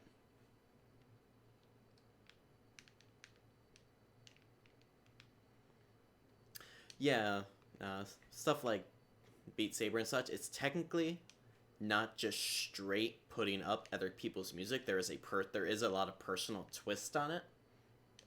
Like it's kind of like why people can still play like video games and stuff on YouTube. Because it's technically not just straight content of the game, it's technically has a creative twist to it with commentary and such.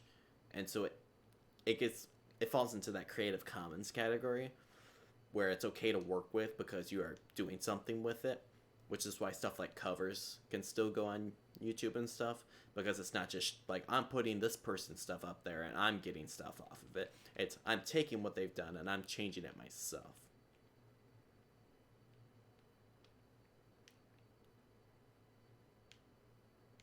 Yeah. Yeah, it's almost kind of like I forgot I didn't get locked in there. It's kind of like a loophole for it.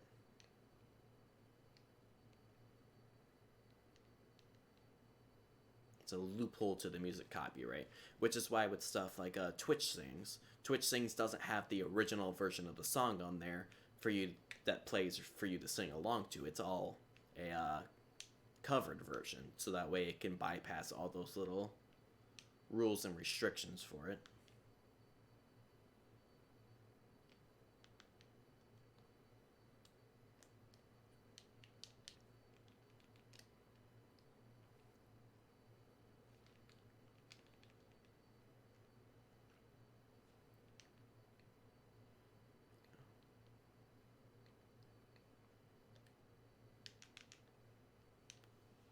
Yeah.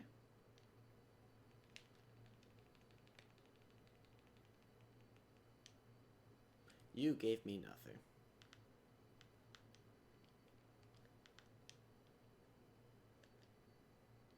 And now I have to do this again because I need to go down and get that energy tank. Nope, not this one. It's the one that has the very obvious crack in it.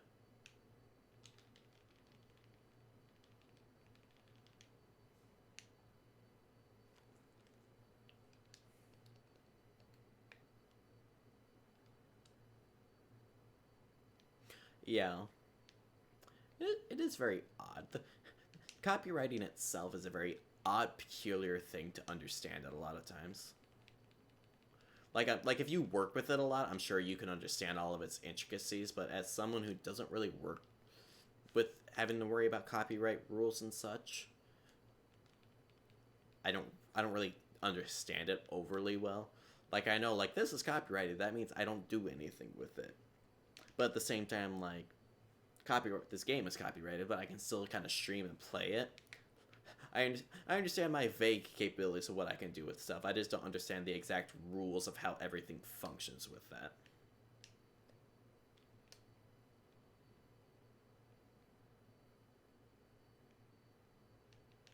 Oh, Streamlabs, what are you doing?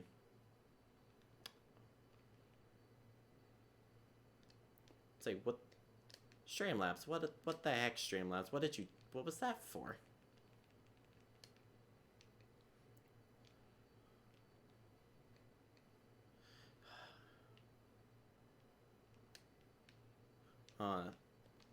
Sec. I don't know what you're trying to say because Streamlabs isn't even letting me see it because it keeps deleting it. What are you doing over here, Cables? But no, I'll see if I can tone back Streamlabs there. Because it seems to be going a little crazy there.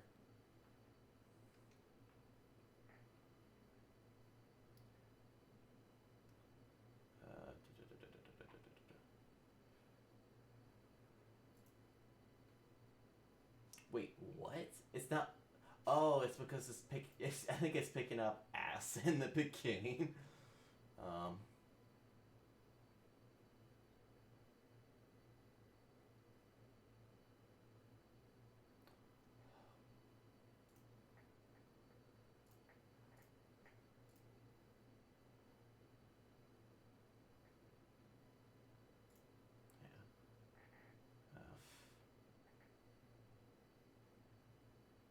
Why is there no whitelist for this?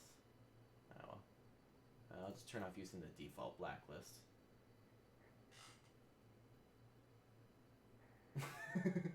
Yes, you are not permitted to use this conversation.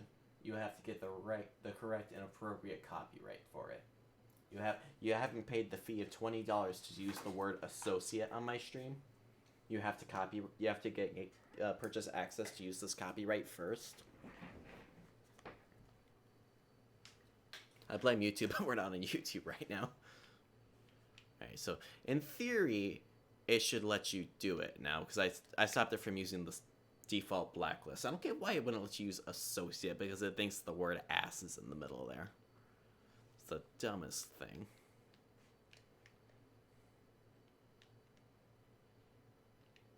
So I have to manually make a blacklist of stuff you're not allowed to say in there. Which is stupid.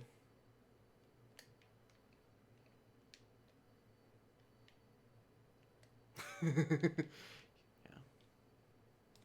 You can. I've taken away its power. I could easily give it back too, though, so keep that in mind. Or I could manually reach over and time you out. I have all sorts of options. Why does it not have my things up there?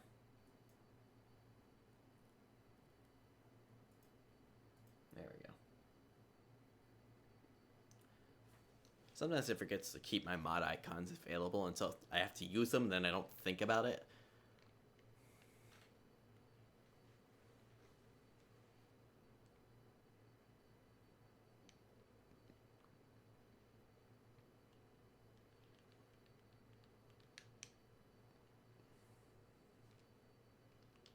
Yeah, I don't think it's bad that there is some censorship. I think some is necessary. I think they just go extreme with them. It's like swearing, for example. A lot of times swearing alone can be enough to demonetize your channel, even if it's not a channel intended for kids. Like, I am perfectly okay with saying the word fuck, but that could be enough to get, if it gets picked up on the auto detector, that could in theory be enough to get the channel demonetized, which is stupid because it's only a bad word if you believe it is a bad word. It's relative to what your personal belief are on this. Yeah, you say coronavirus, it censors your whole YouTube channel. It just just deletes the whole thing, chucks it in the bin.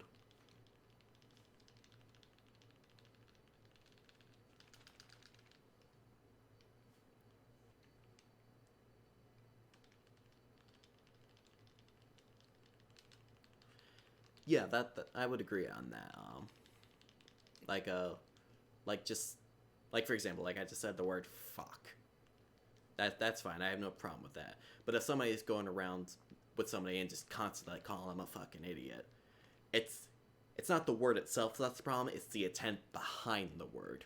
It's no different than if I were to follow somebody around going, "I believe you are the lowest intelligence." It's not technically any swear words in that, but it's the motive behind the word that creates the problem. I think, and that's kind of how I look at it.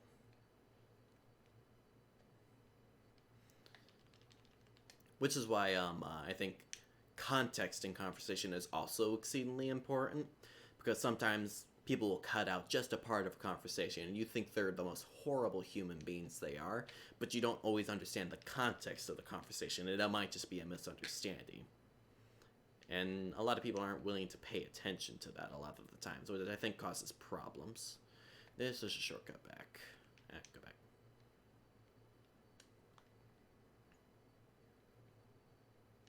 Yeah. That, and I also think sometimes people go a little obsessive with swear words. Oh yeah, no kidding. Internet loves to take like one word out of a sentence and use it to destroy your whole life and career as to the best of its capabilities. But like if every other word I said was another F-bomb, it gets exhausting. It's too much.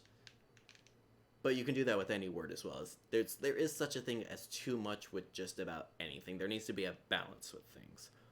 So I don't go out of my way to swear at every opportunity. But if it comes out, I'm not gonna cry either.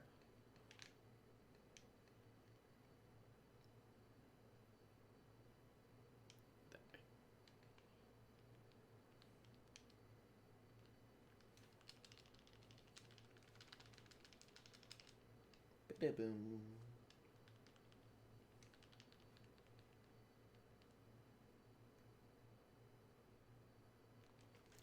Yeah, well, thank you. Let's say, so it's one of the things I try and keep very open-minded with everything as best as I can.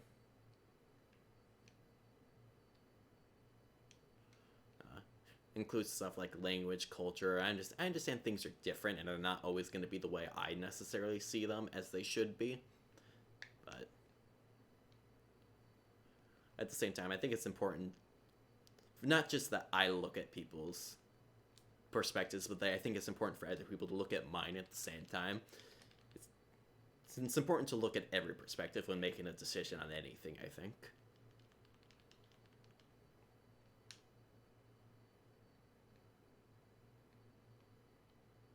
Is that thing over there? Yes. No, that's not another fork. That's just... You go away. Nobody wants you. You see, like, if I said that to a person, if it's not obvious I'm joking about it, that would be very horrible, but to a creature in a video game, I certainly have no problem saying that to it.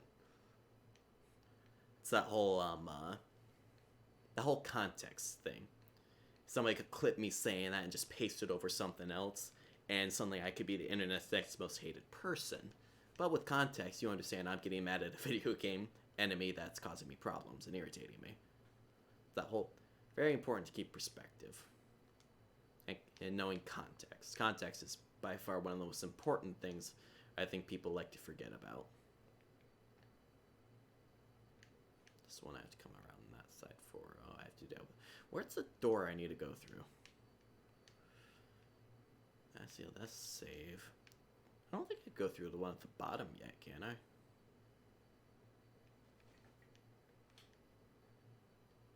Yeah, no, that's the lower level down. That's not open, I don't think.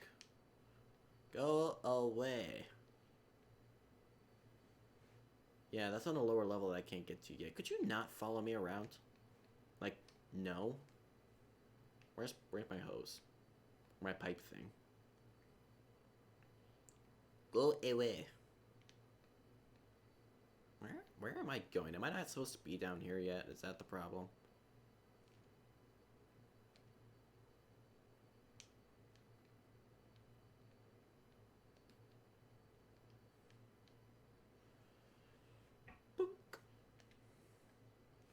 Yeah, because... Yeah, I don't have any doors I can go through, because I can't use the multi-missile thing. Why is there a multi-missile door in here? Do I need to go get the said multi-missile?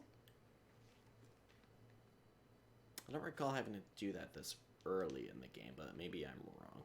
That's the save door. I need to go down a level. There we go.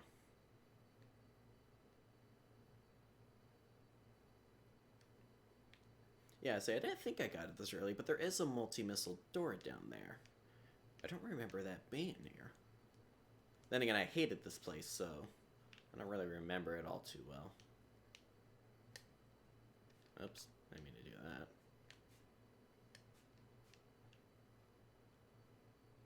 that. Okay, so I do get it during this time.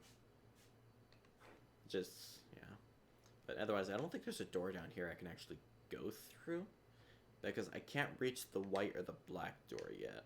Only the purple one.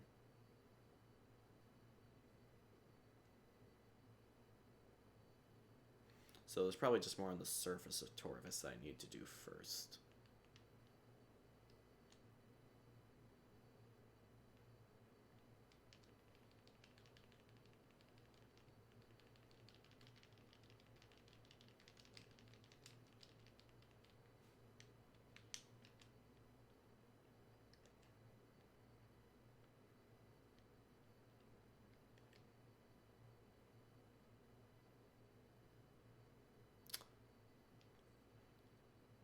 You might beat the Boost Guardian.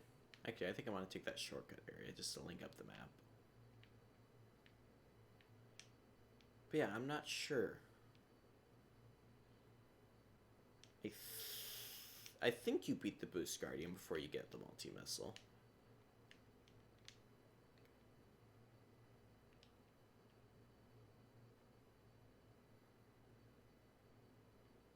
Hello. Oh, that didn't work.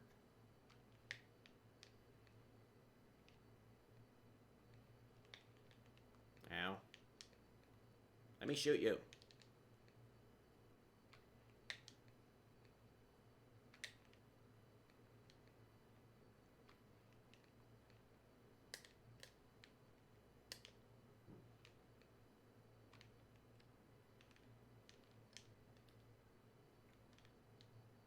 Oop.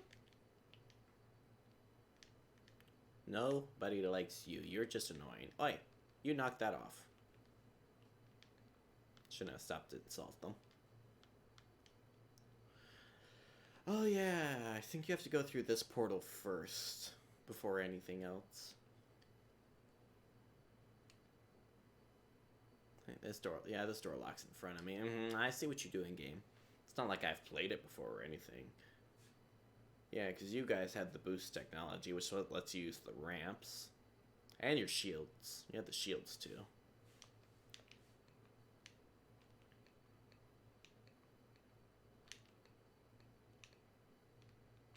And it actually looks like they're shooting phase on, which they might actually.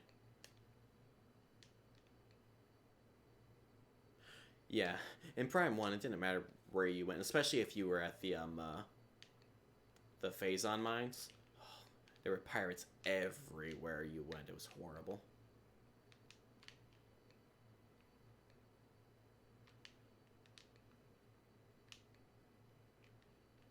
There we go. Honestly, I think that was actually one of my favorite things about the first game, though, was the phase-on suit. The whole, like, black suit with the red looked absolutely amazing.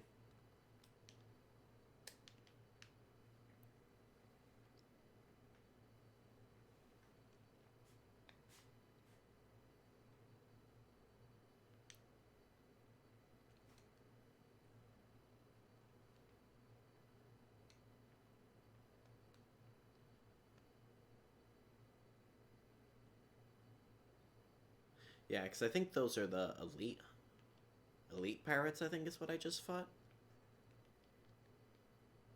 And I want to say they have the phase-on blasters or cannons, whatever you call their weapons.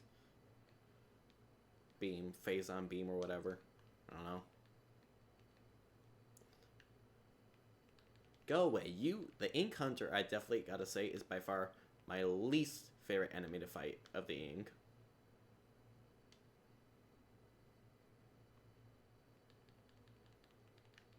They might be the ones that are possessed by the Ink. Ah, fudge.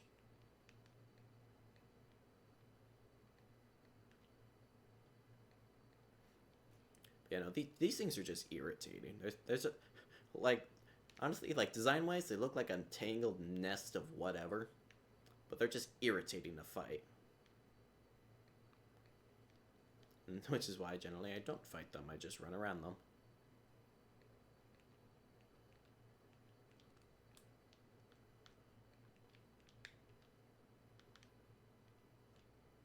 They do kind of, yeah. They look kind of similar to, like, the monolith eye things.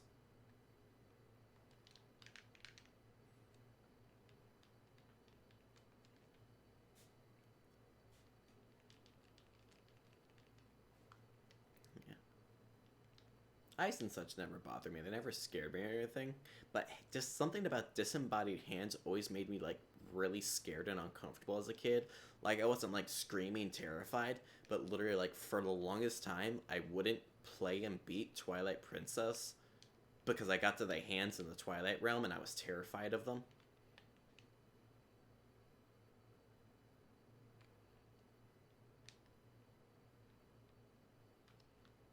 Yeah.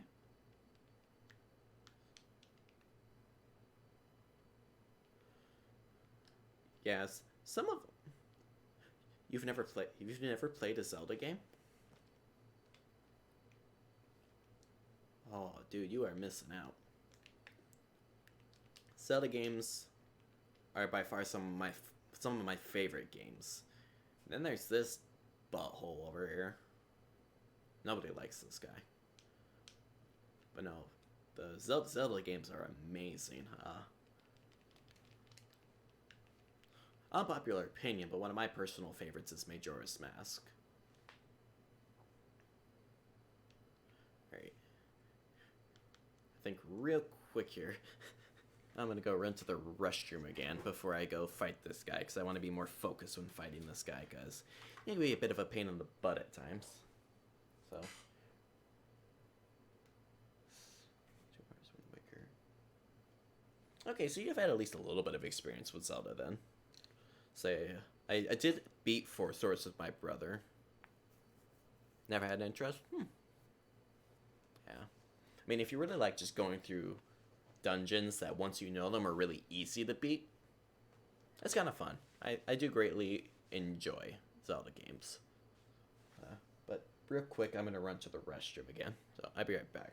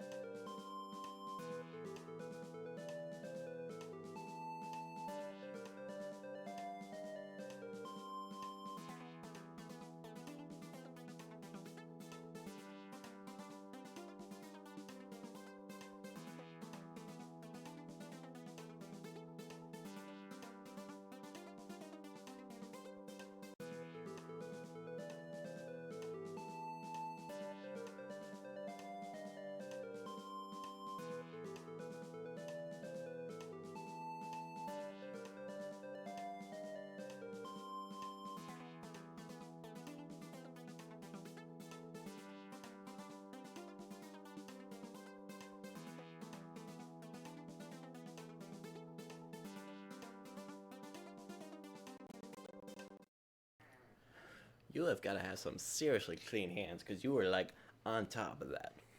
I will certainly never forget to wash my hands while you were in my chat.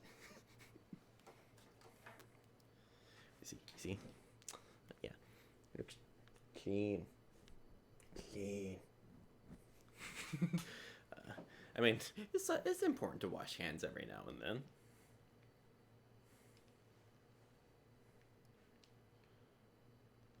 Yeah, it's one of those things that the coronavirus isn't really that deadly.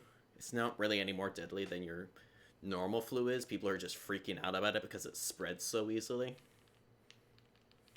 Like I think it's important to be aware of that, but I don't think it's something we need to freak out over like everyone is currently freaking out over.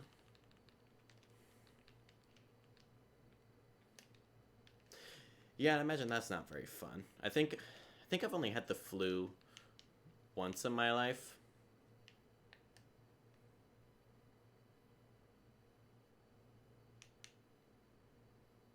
And it was like when I was fairly young. Ow. Jerk. Ow, get off of me. Oh, I had to bomb you.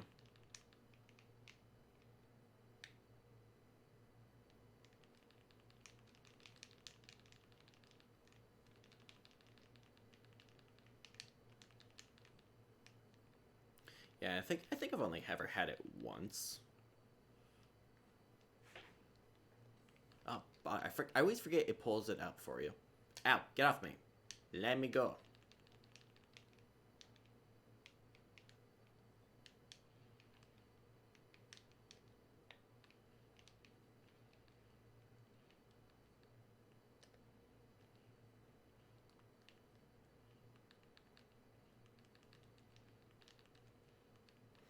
And here we go again.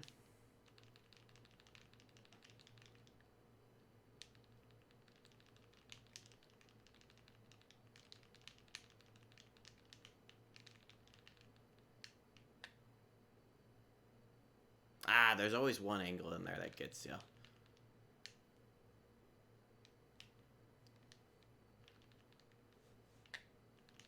Oh, how did I do that? Oh my gosh. I don't think I've ever stopped him in that before. Come back here, you. Ah. Thank you. I say that was 100% pure luck. I am not smart enough to calculate how to bomb someone like that. Okay, can you guys just get off of me?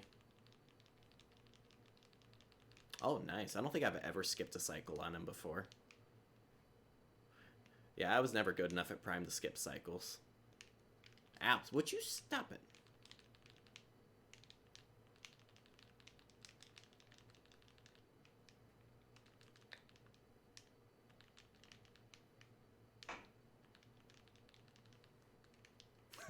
Oh yeah, I certainly won't complain with less of this BS.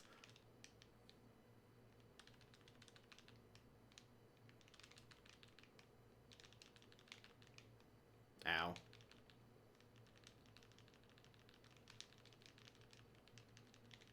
If you could just, like, stop doing that, that would be great.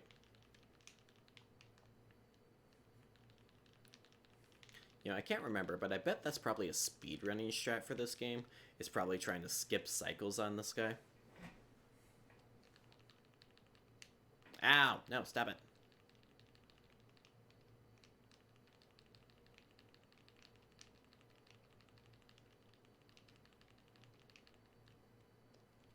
Ah! No.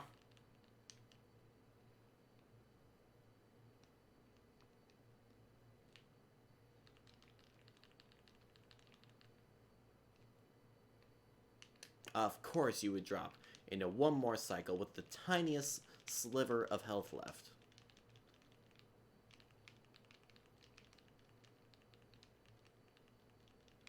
Now,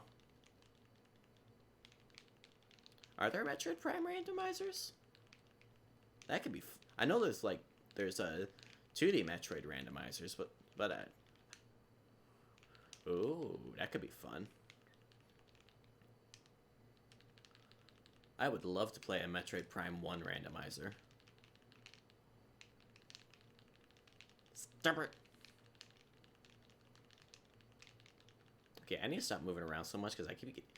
getting hit like a lot when I'm moving around.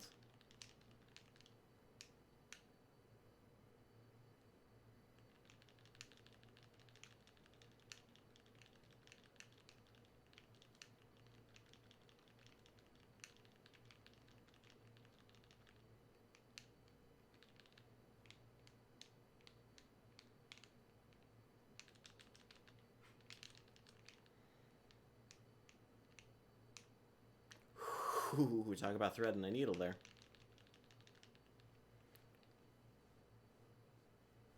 So I've never actually seen a Prime Rando before. Otherwise, I watch a lot of OOT ones just because I like watching used pizza streams VODs that he has on YouTube. Like, I rarely ever actually watch him live, but I like watching his VODs on YouTube when I'm going to sleep because I like listening to that interaction between friends and stuff when I'm going to sleep. I actually find it very relaxing, and it helps me not think when I'm going to sleep. But no, I've never actually seen a Prime Rando. I'll definitely have to look about getting those because I imagine those just run off the Dolphin emulator. Are they just like GameCube controls, or are they allowed for Wii controls as well? Yeah, yeah. I don't know if Sunshine has a randomizer. I mean, Mario 64 has a randomizer, so I don't see why somebody wouldn't have made one for Sunshine.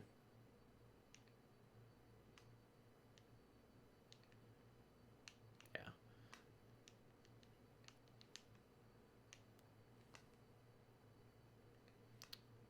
Say, my Wii is already modded, so it probably wouldn't be too hard for me to get WADs for it.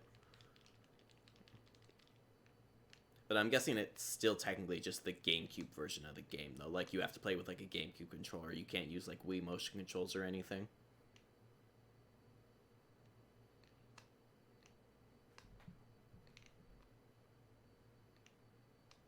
No, that's the lip right there I'm trying to get onto. There we go. Armor.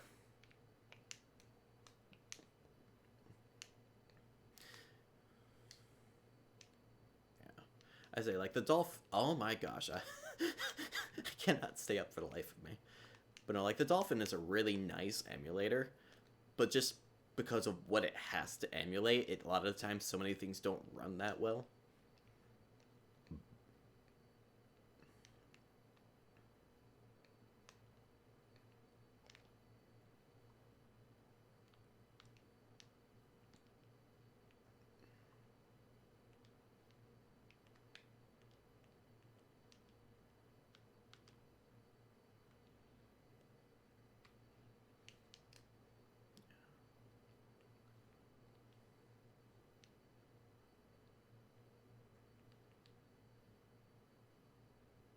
Me.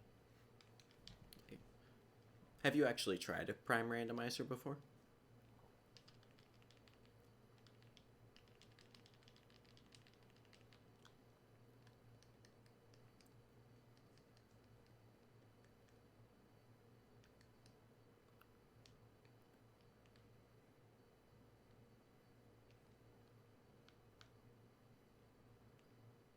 Nice.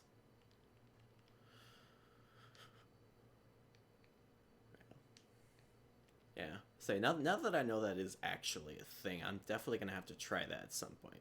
Because the only randomizer I think I've ever actually tried before was a Majora's Mask randomizer.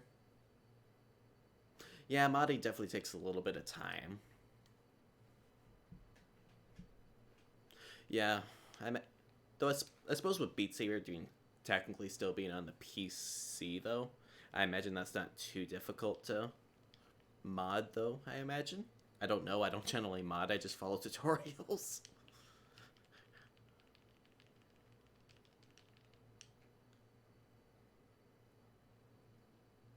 Uh, yeah, that's unfortunately something that goes hand in hand with modding. Is just things not working and breaking all the time.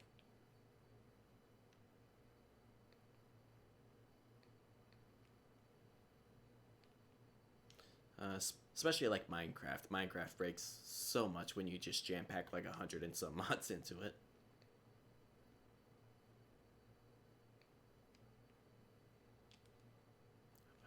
You know, I really wish weapons was on the left instead of the right, because that's so much quicker to hit than the plus is. The minus is easier. No, I want controls. Can I switch that? Swap visor and beam. Yes. Oh, yeah, that'll be so much easier. Now I'm just going to keep hitting the wrong one, because that's generally how I function. That's a wall.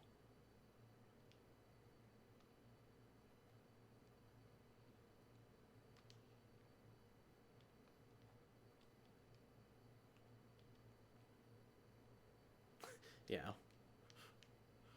It's kind of I just started shaking the Wii remote thinking, yeah, it's going to boost me. No, that's not what boosts me.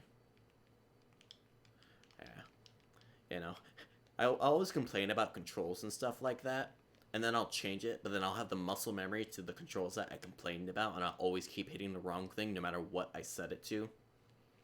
It's kind of an infinite circle of destruction that I can never quite beat.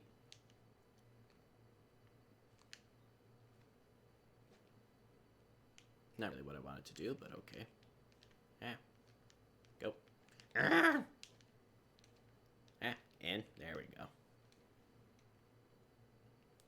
So one thing I'm kind of glad they did with the Prime, though, is they kept 2D for Morph Ball puzzling, because trying to do that with a 3D environment, just a little bit you did in the first one, it's just a nightmare.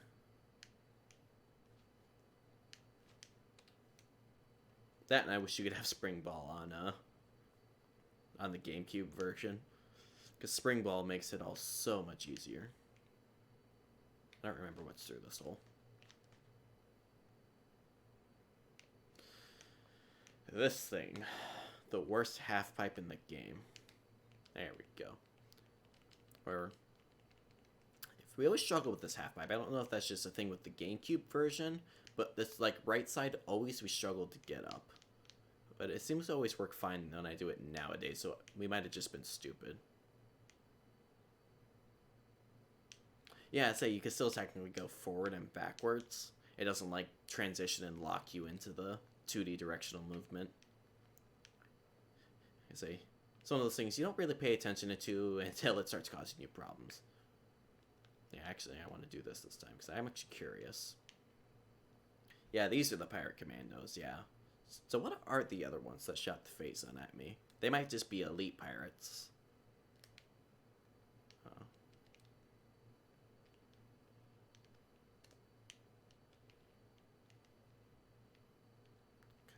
Come out, wherever you are.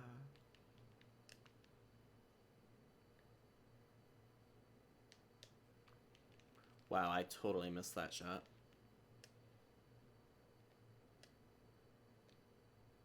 Oh, look at that. Wow. He popped out literally just to wave at me. That is amazing.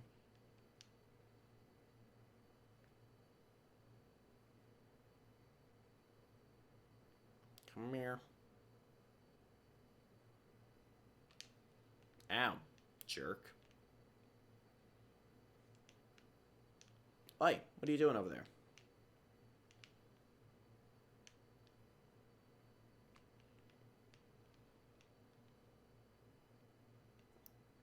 Yeah, they kind of are. They're irritating to fight, but they don't fill you with the same terror that the ghosts do. But just like with the ghosts, I never seem to actually kill them. I always just end up like timing them out. And I can't actually do this without Spider Ball. Yeah, no. I had absolutely no reason to come over here. But I think now that I have Boost Ball, though, I think I can actually go get the multi-missile thing.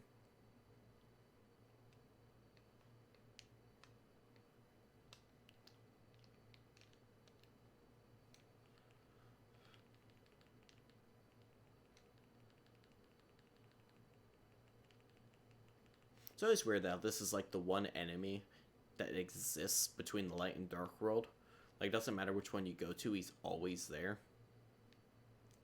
Which way's home? Yeah. That way.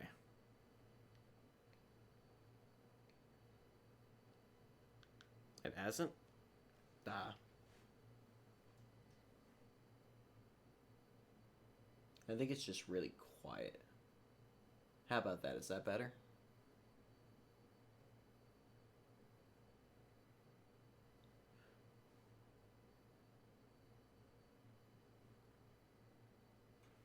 See, so I boosted the audio, and is it too loud now? Can you hear it at all?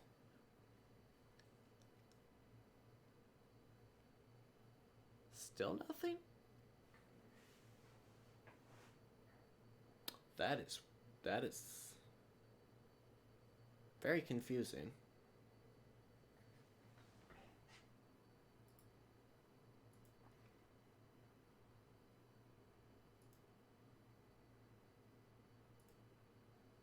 How about now? Does it show up now? Yeah, I'm using OBS, and I can see it actively showing up in OBS too.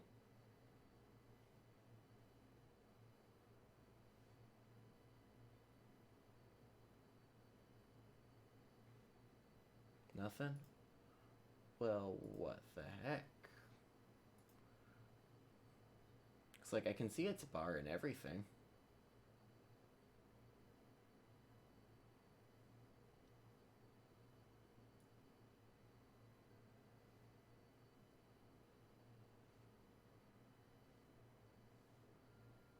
Yeah, that's literally that at full volume now.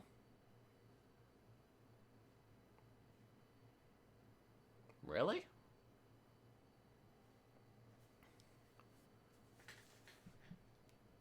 Now that's weird because according to audio bars, it's like equally to and louder than my voice is on the bars.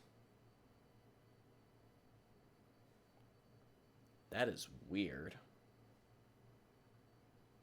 Why is its audio so quiet?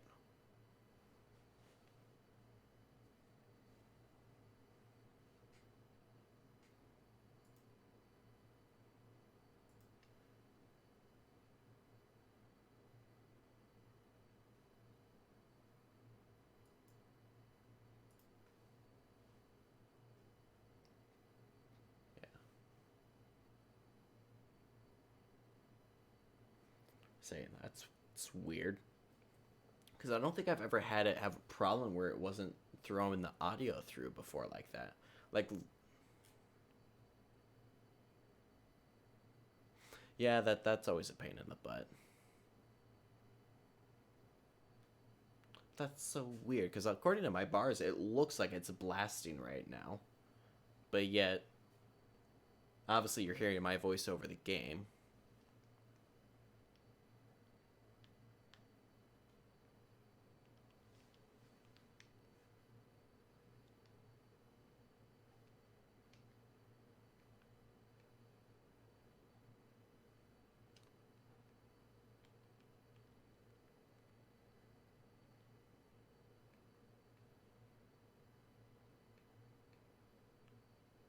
Hmm.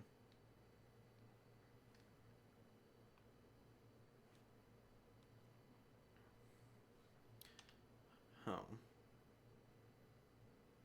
Yeah, that is peculiar. Because my microphone's set at -8 decibels, and now the Elgato is at 0 decibels. So theoretically, it should be blasting compared to my voice, but it isn't.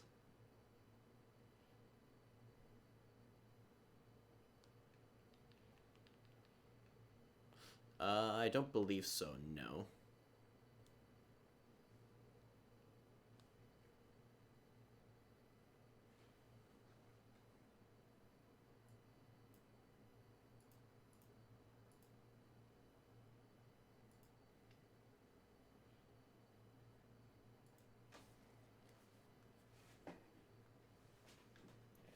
Yeah, let me try through it going in there.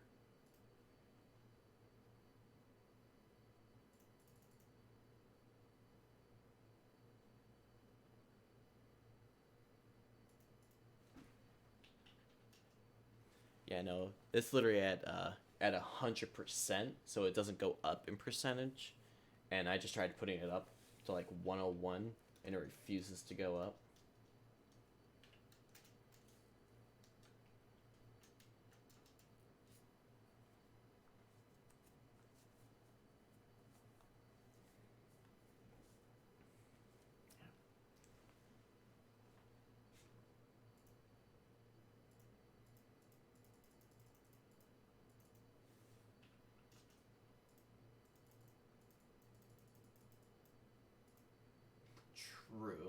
It's bothering me that it's not sounding right.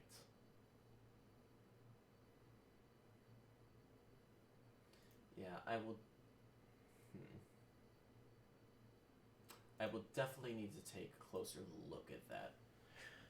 But off stream, because it's no fun watching me stare at a computer screen. So yeah, I'll definitely take a closer look at that later.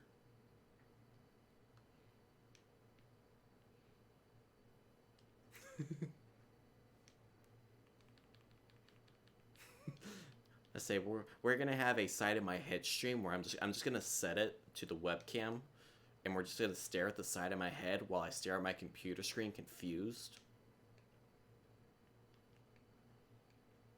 I'm back here.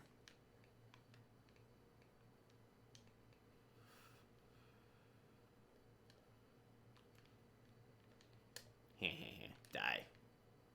There we go.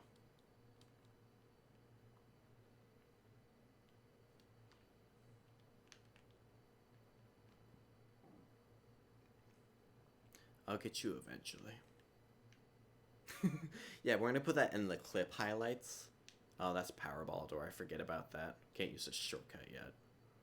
But yeah, no, we're just gonna highlight that and put in a highlight reel of all the times I sit and stare at my computer monitor instead of play the game. Do you mind? So,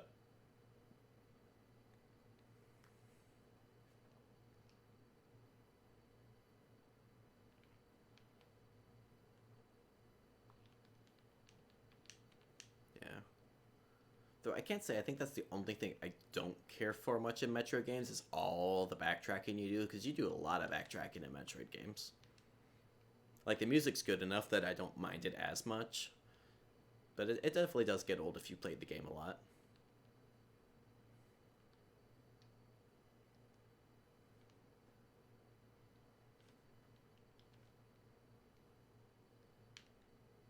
Wait, that's not where I need. I totally need to go into that half pipe. I literally just walked through, didn't I? Oh my gosh, yeah. Uh, Especially the GameCube runners when they use like the original version. Oh my gosh, yeah.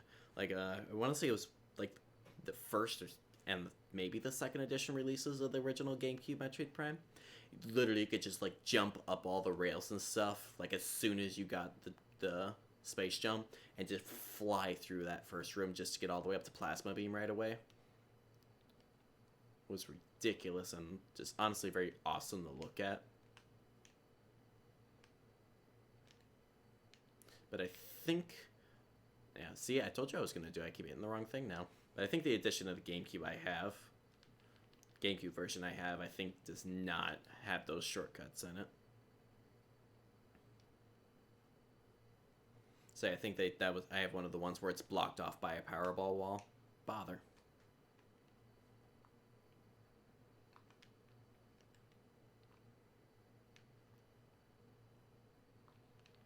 Yeah.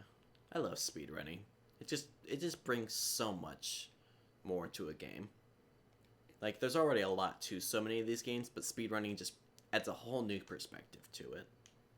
Though some games I'm not really particularly interested in speedrunning, like Zelda games and Metroid games I'm not too particularly interested in speedrunning.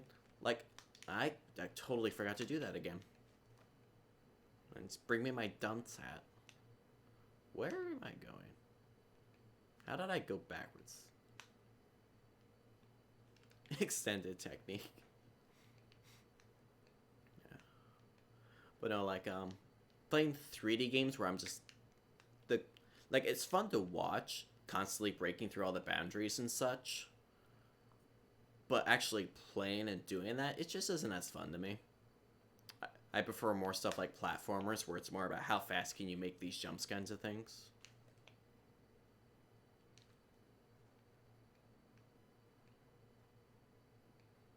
Which is probably why I watch a lot of Zelda speedrunning, but don't actually do it myself.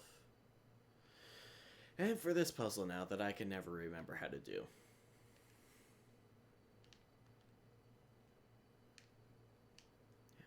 So I think the first speedrunning I really got into was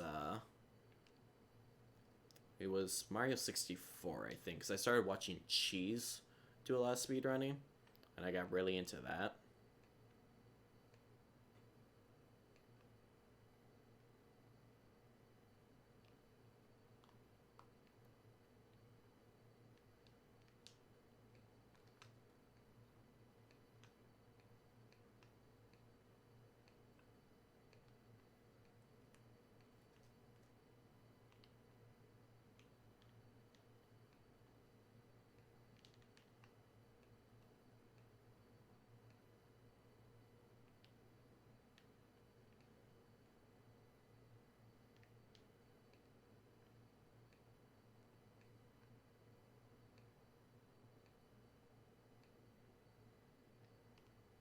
That's the only one that controls the outer rim, so it has to be one of these then.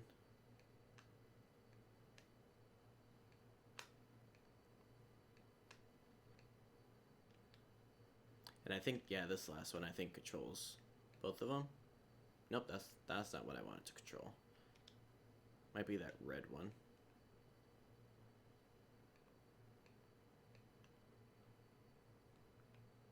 No.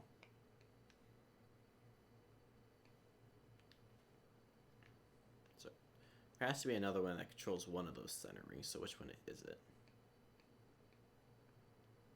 Not that one.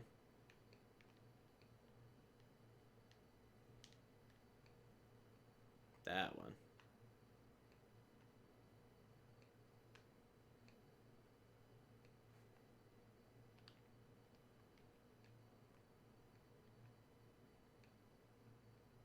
No. And that one controls both center ones, so this one I definitely do not want to touch. There we go.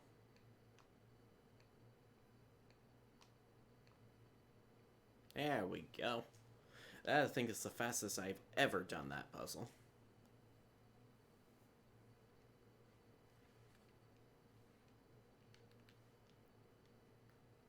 Ta-da! Seeker missile. Bloop.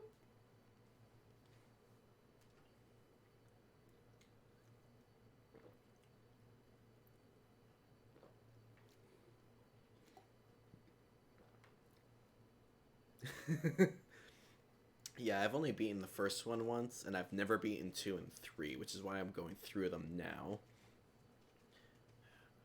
But it's weird, because I'm looking at my stream thing, and, like, the Elgato was peeking into the red during that cutscene there, so you would think the audio would be blasting.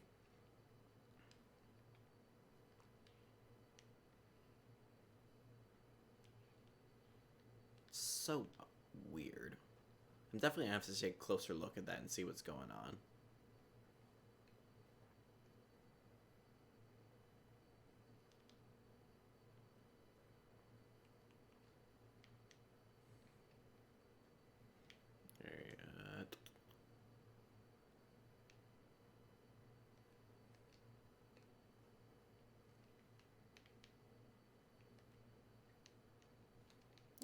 And go in the hole. There we go. That's old habit. That tells you how many times I've had to do it on the GameCube version that I still have the habit just to hit A after I come out of that spot without even thinking about it.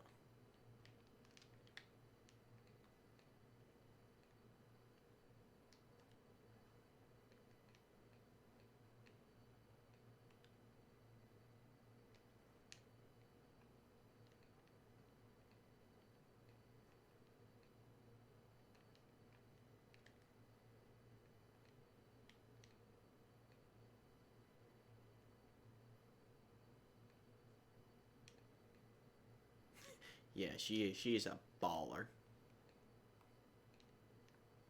She ballin'.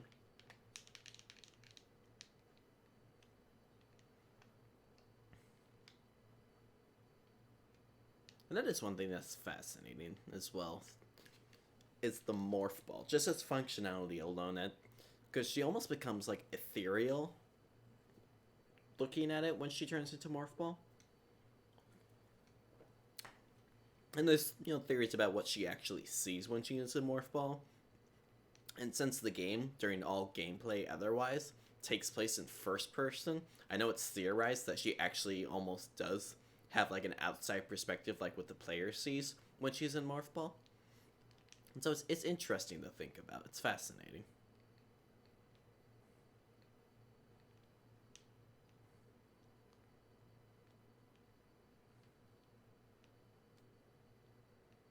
What's up, boy?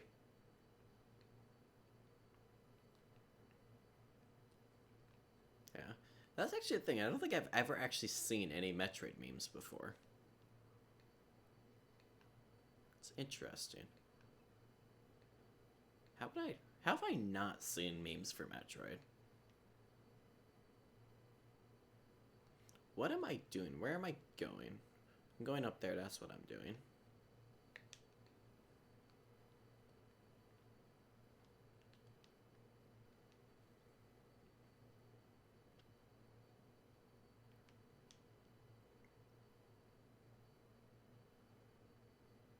I think you got censored again.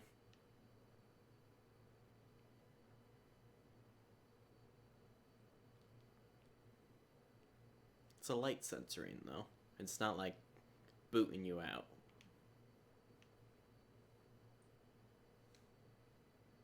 See, all I'm seeing is 3 asterisks. So I don't know if that's what you're intentionally putting in.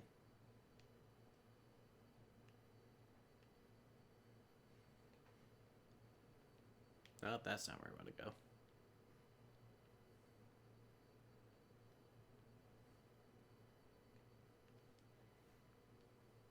Light beam ammo depleted. You're always depleted.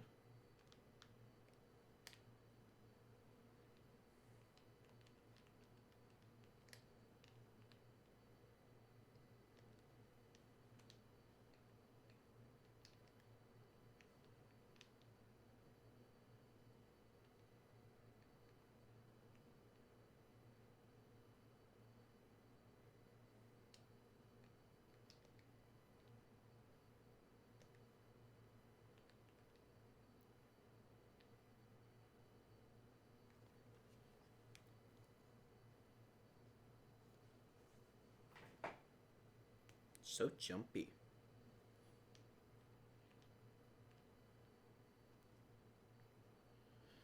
And away we go. Back to my least favorite part of the game. I love the music, though.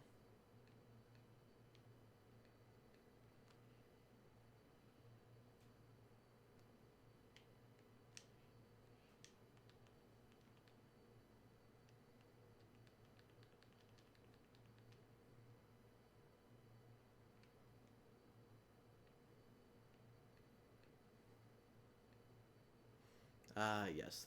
The dark Samus juice.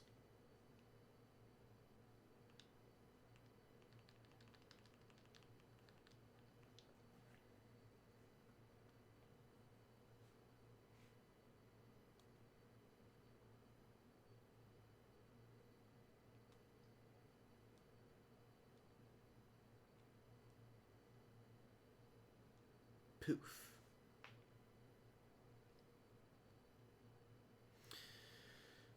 So I gotta deal with these stupid fishies. Or I could just do what I always do and just ignore them. Go in. Oh, you're not supposed to go in yet? Where's the thing? There's a thing somewhere to activate this, isn't there? Ow. Enough. Knock that off. Bad boy. Alright, thanks for stopping by, Ed's Knife. I hope you enjoyed your time here. Stop it. No! Let's see. Hopefully I will be more consistently playing this more soon, because I want to be able to make sure I get it all done before the next one comes out. Which means I need to beat this and 3. So hopefully I'll be more on top of this as of recent. Ah, that's why I did have to kill the things.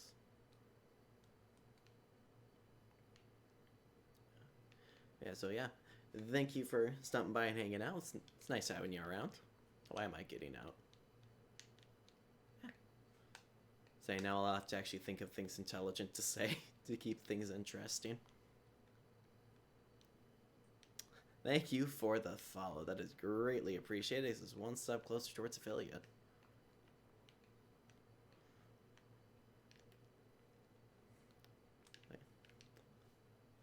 Yeah.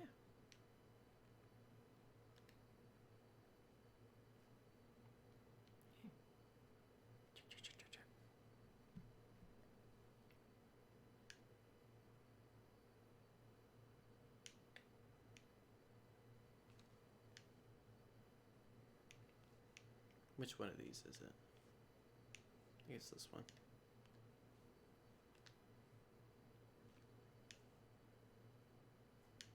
Maybe not. Yeah, I think it is that one. I just think I can't do it yet. I don't think it's activated.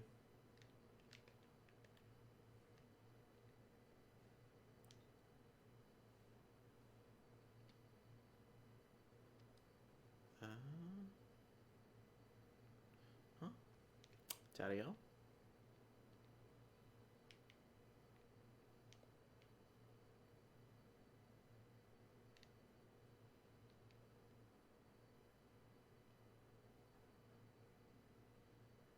I swear, the longer you target on these things, the longer they take to attack you. Or you'll just attack me there.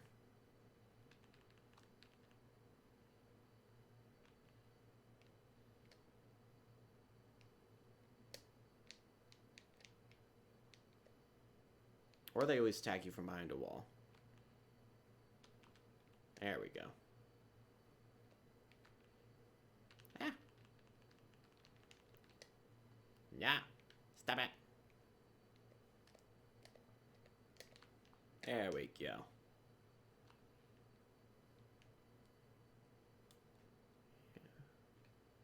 Cannot reach that yet.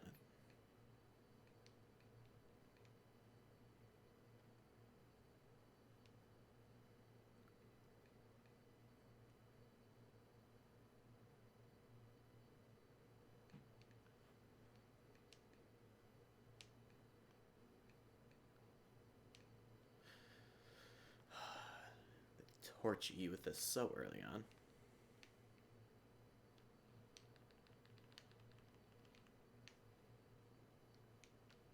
What are you doing, Jackie? Get off my 64.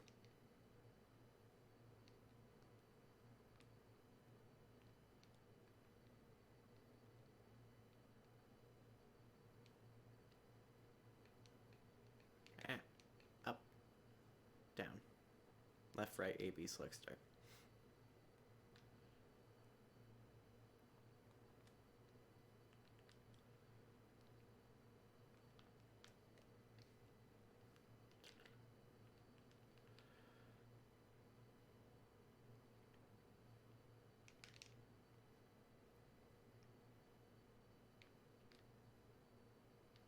Alright, one more to go.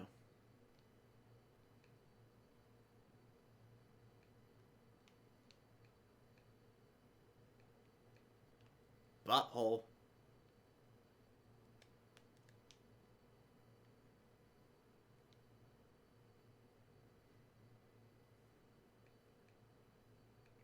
Would you stop examining my shelf? It's the same as it is every other day you've looked at it.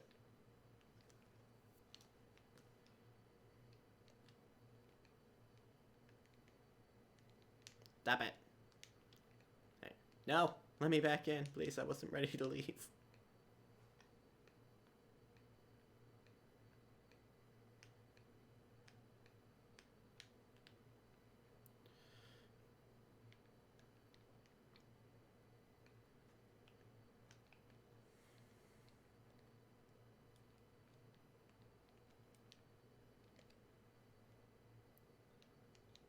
Oopsie daisies.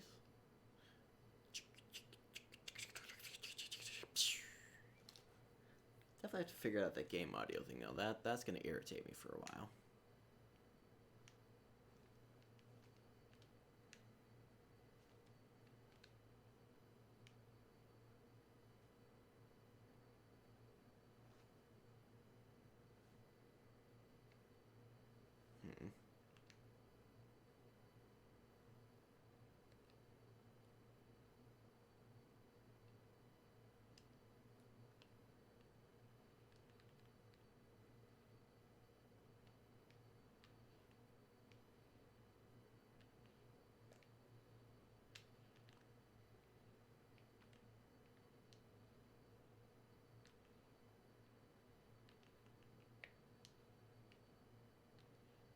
There we go.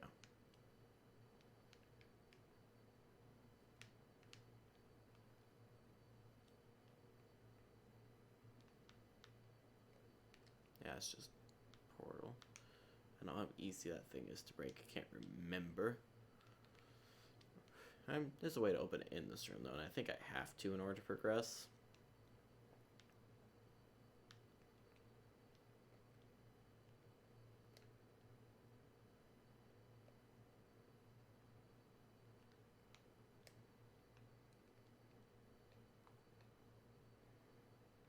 I really like that you can just tap your weapon select button and just jump to the power beam right away, though.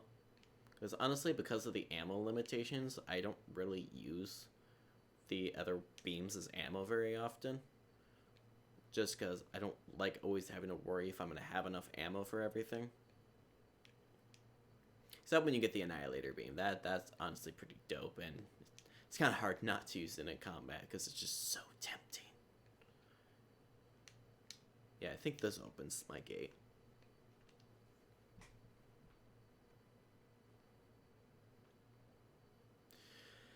Yep. Yippity doo.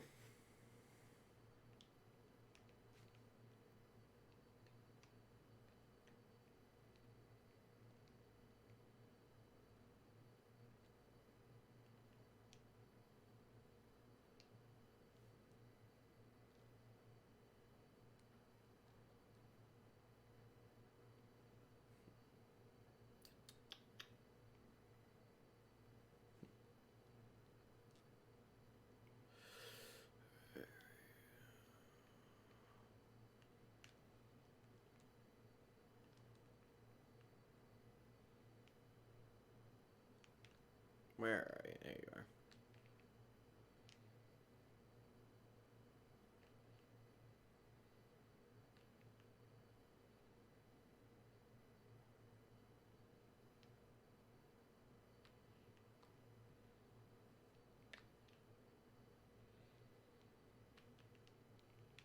Jerk.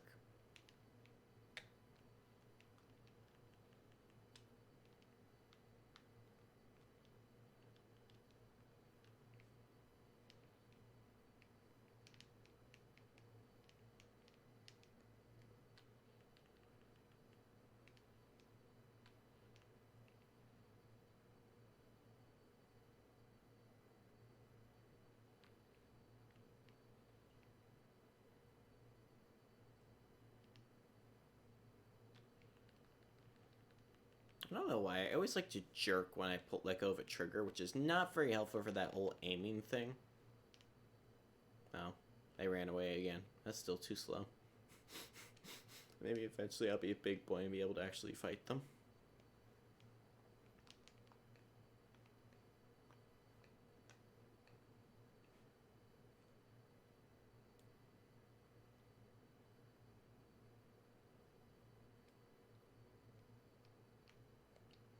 You know, I think that is all I needed to do here, because that's all warmed up. Ow! I'll get your key eventually, you shush.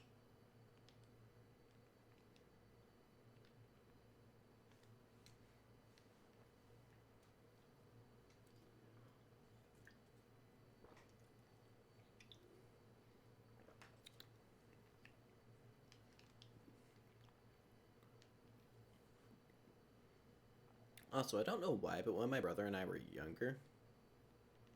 Gotcha. Yeah, I'm just kind of used to you popping in and out whenever.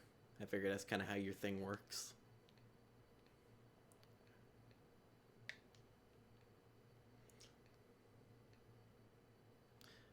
I should have hit that one.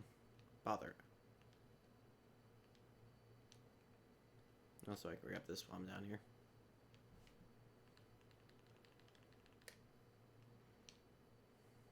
Shh. Go away. Nobody likes you.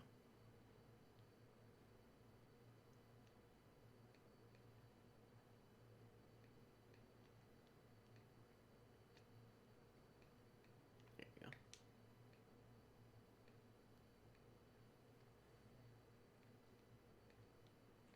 Honestly, I'm not 100% sure if I even needed to do that or not. I think I did. I don't know.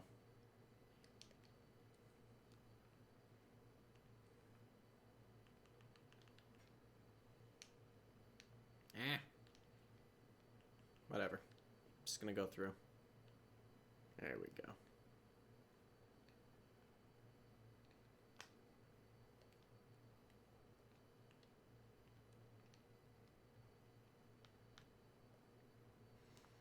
There we go. Now I have access to even lower Torvis.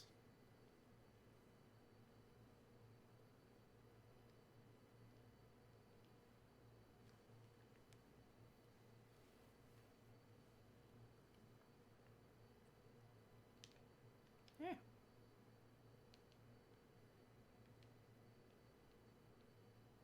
Which means I'm almost ready to fight the big fish you do.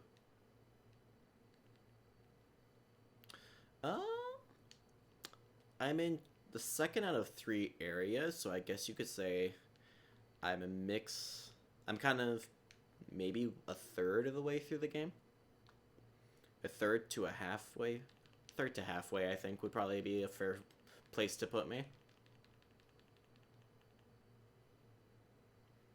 I say because, well, I'm in the second, like, almost I guess you could say dungeon area of the game. After the third one, there's still stuff you have to do before you can go to the end of the game. So I'd say a third to halfway through the game is fair. Oh, I guess I'm going right to fight the fish you do.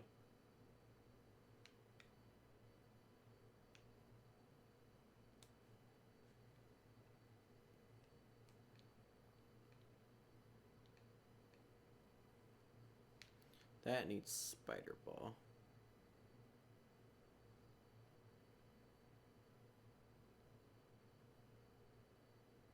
Well, I came in up there, so I guess I just gotta go through here then.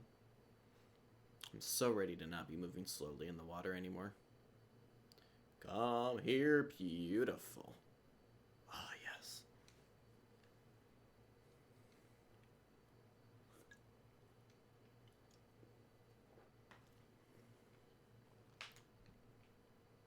I still don't remember what the suit is called.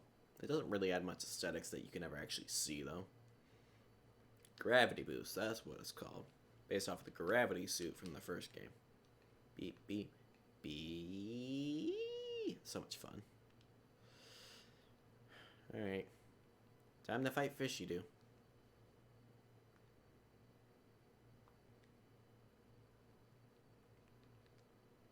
Hi, fishy do. How you doing?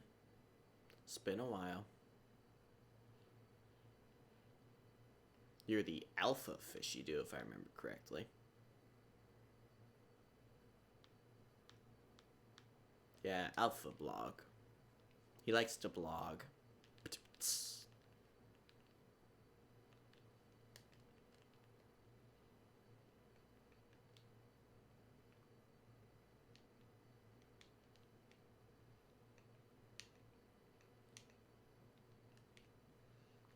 How did that not hit you? Bunch of bow.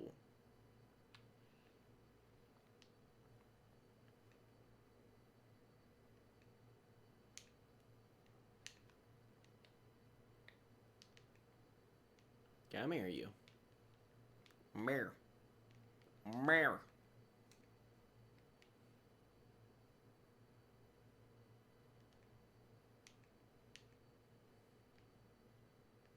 There we go. That was good timing.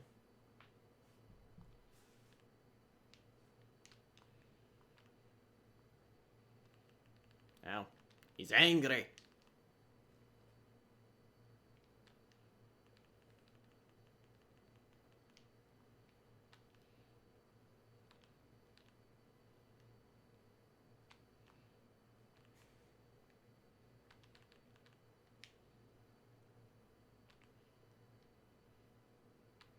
Sometimes I forget that I have to shoot some enemies to piss them off so they'll attack me more.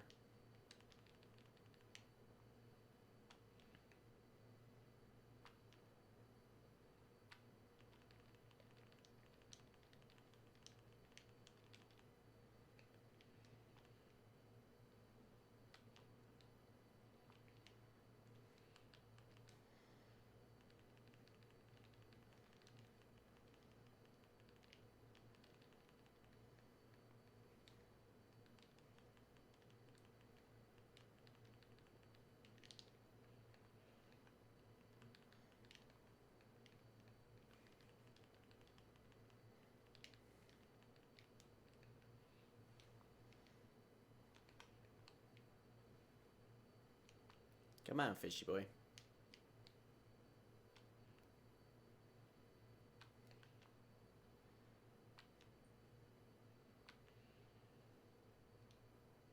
You are taking a lot of my health, and I don't like that.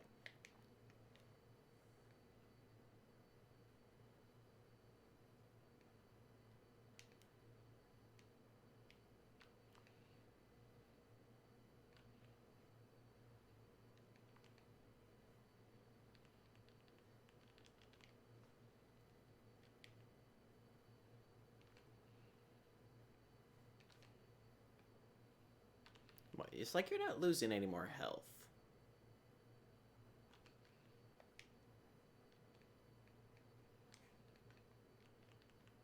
It does not seem like you're losing any more health. There we go. That was certainly effective.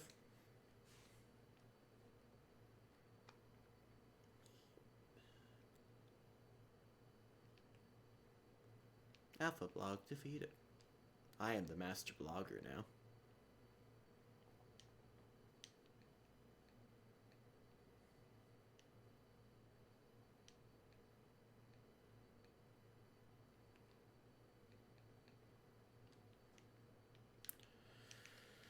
Alright. Alpha blog done so. There is Dark World for me to go to right here.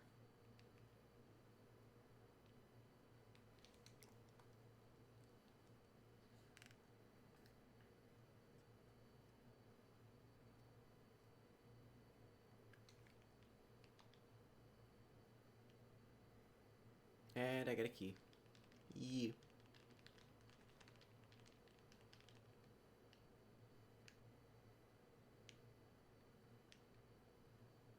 That's a good free place to regen health, too.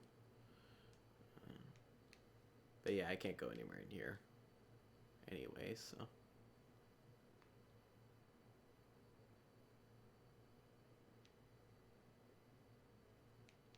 Yeah, because there is no... I mean, there is a down, but it's also a yellow door, so I still can't go through that. So really the only point of this is to get to the key.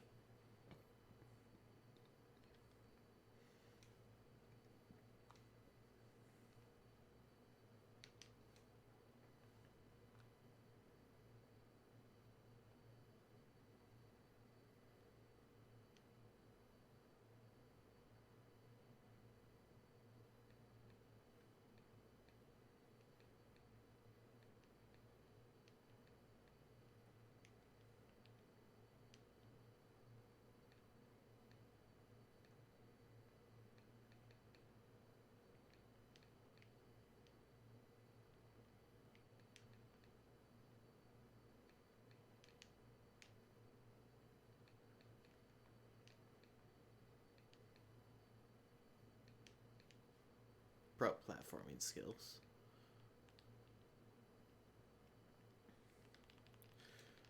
Alright.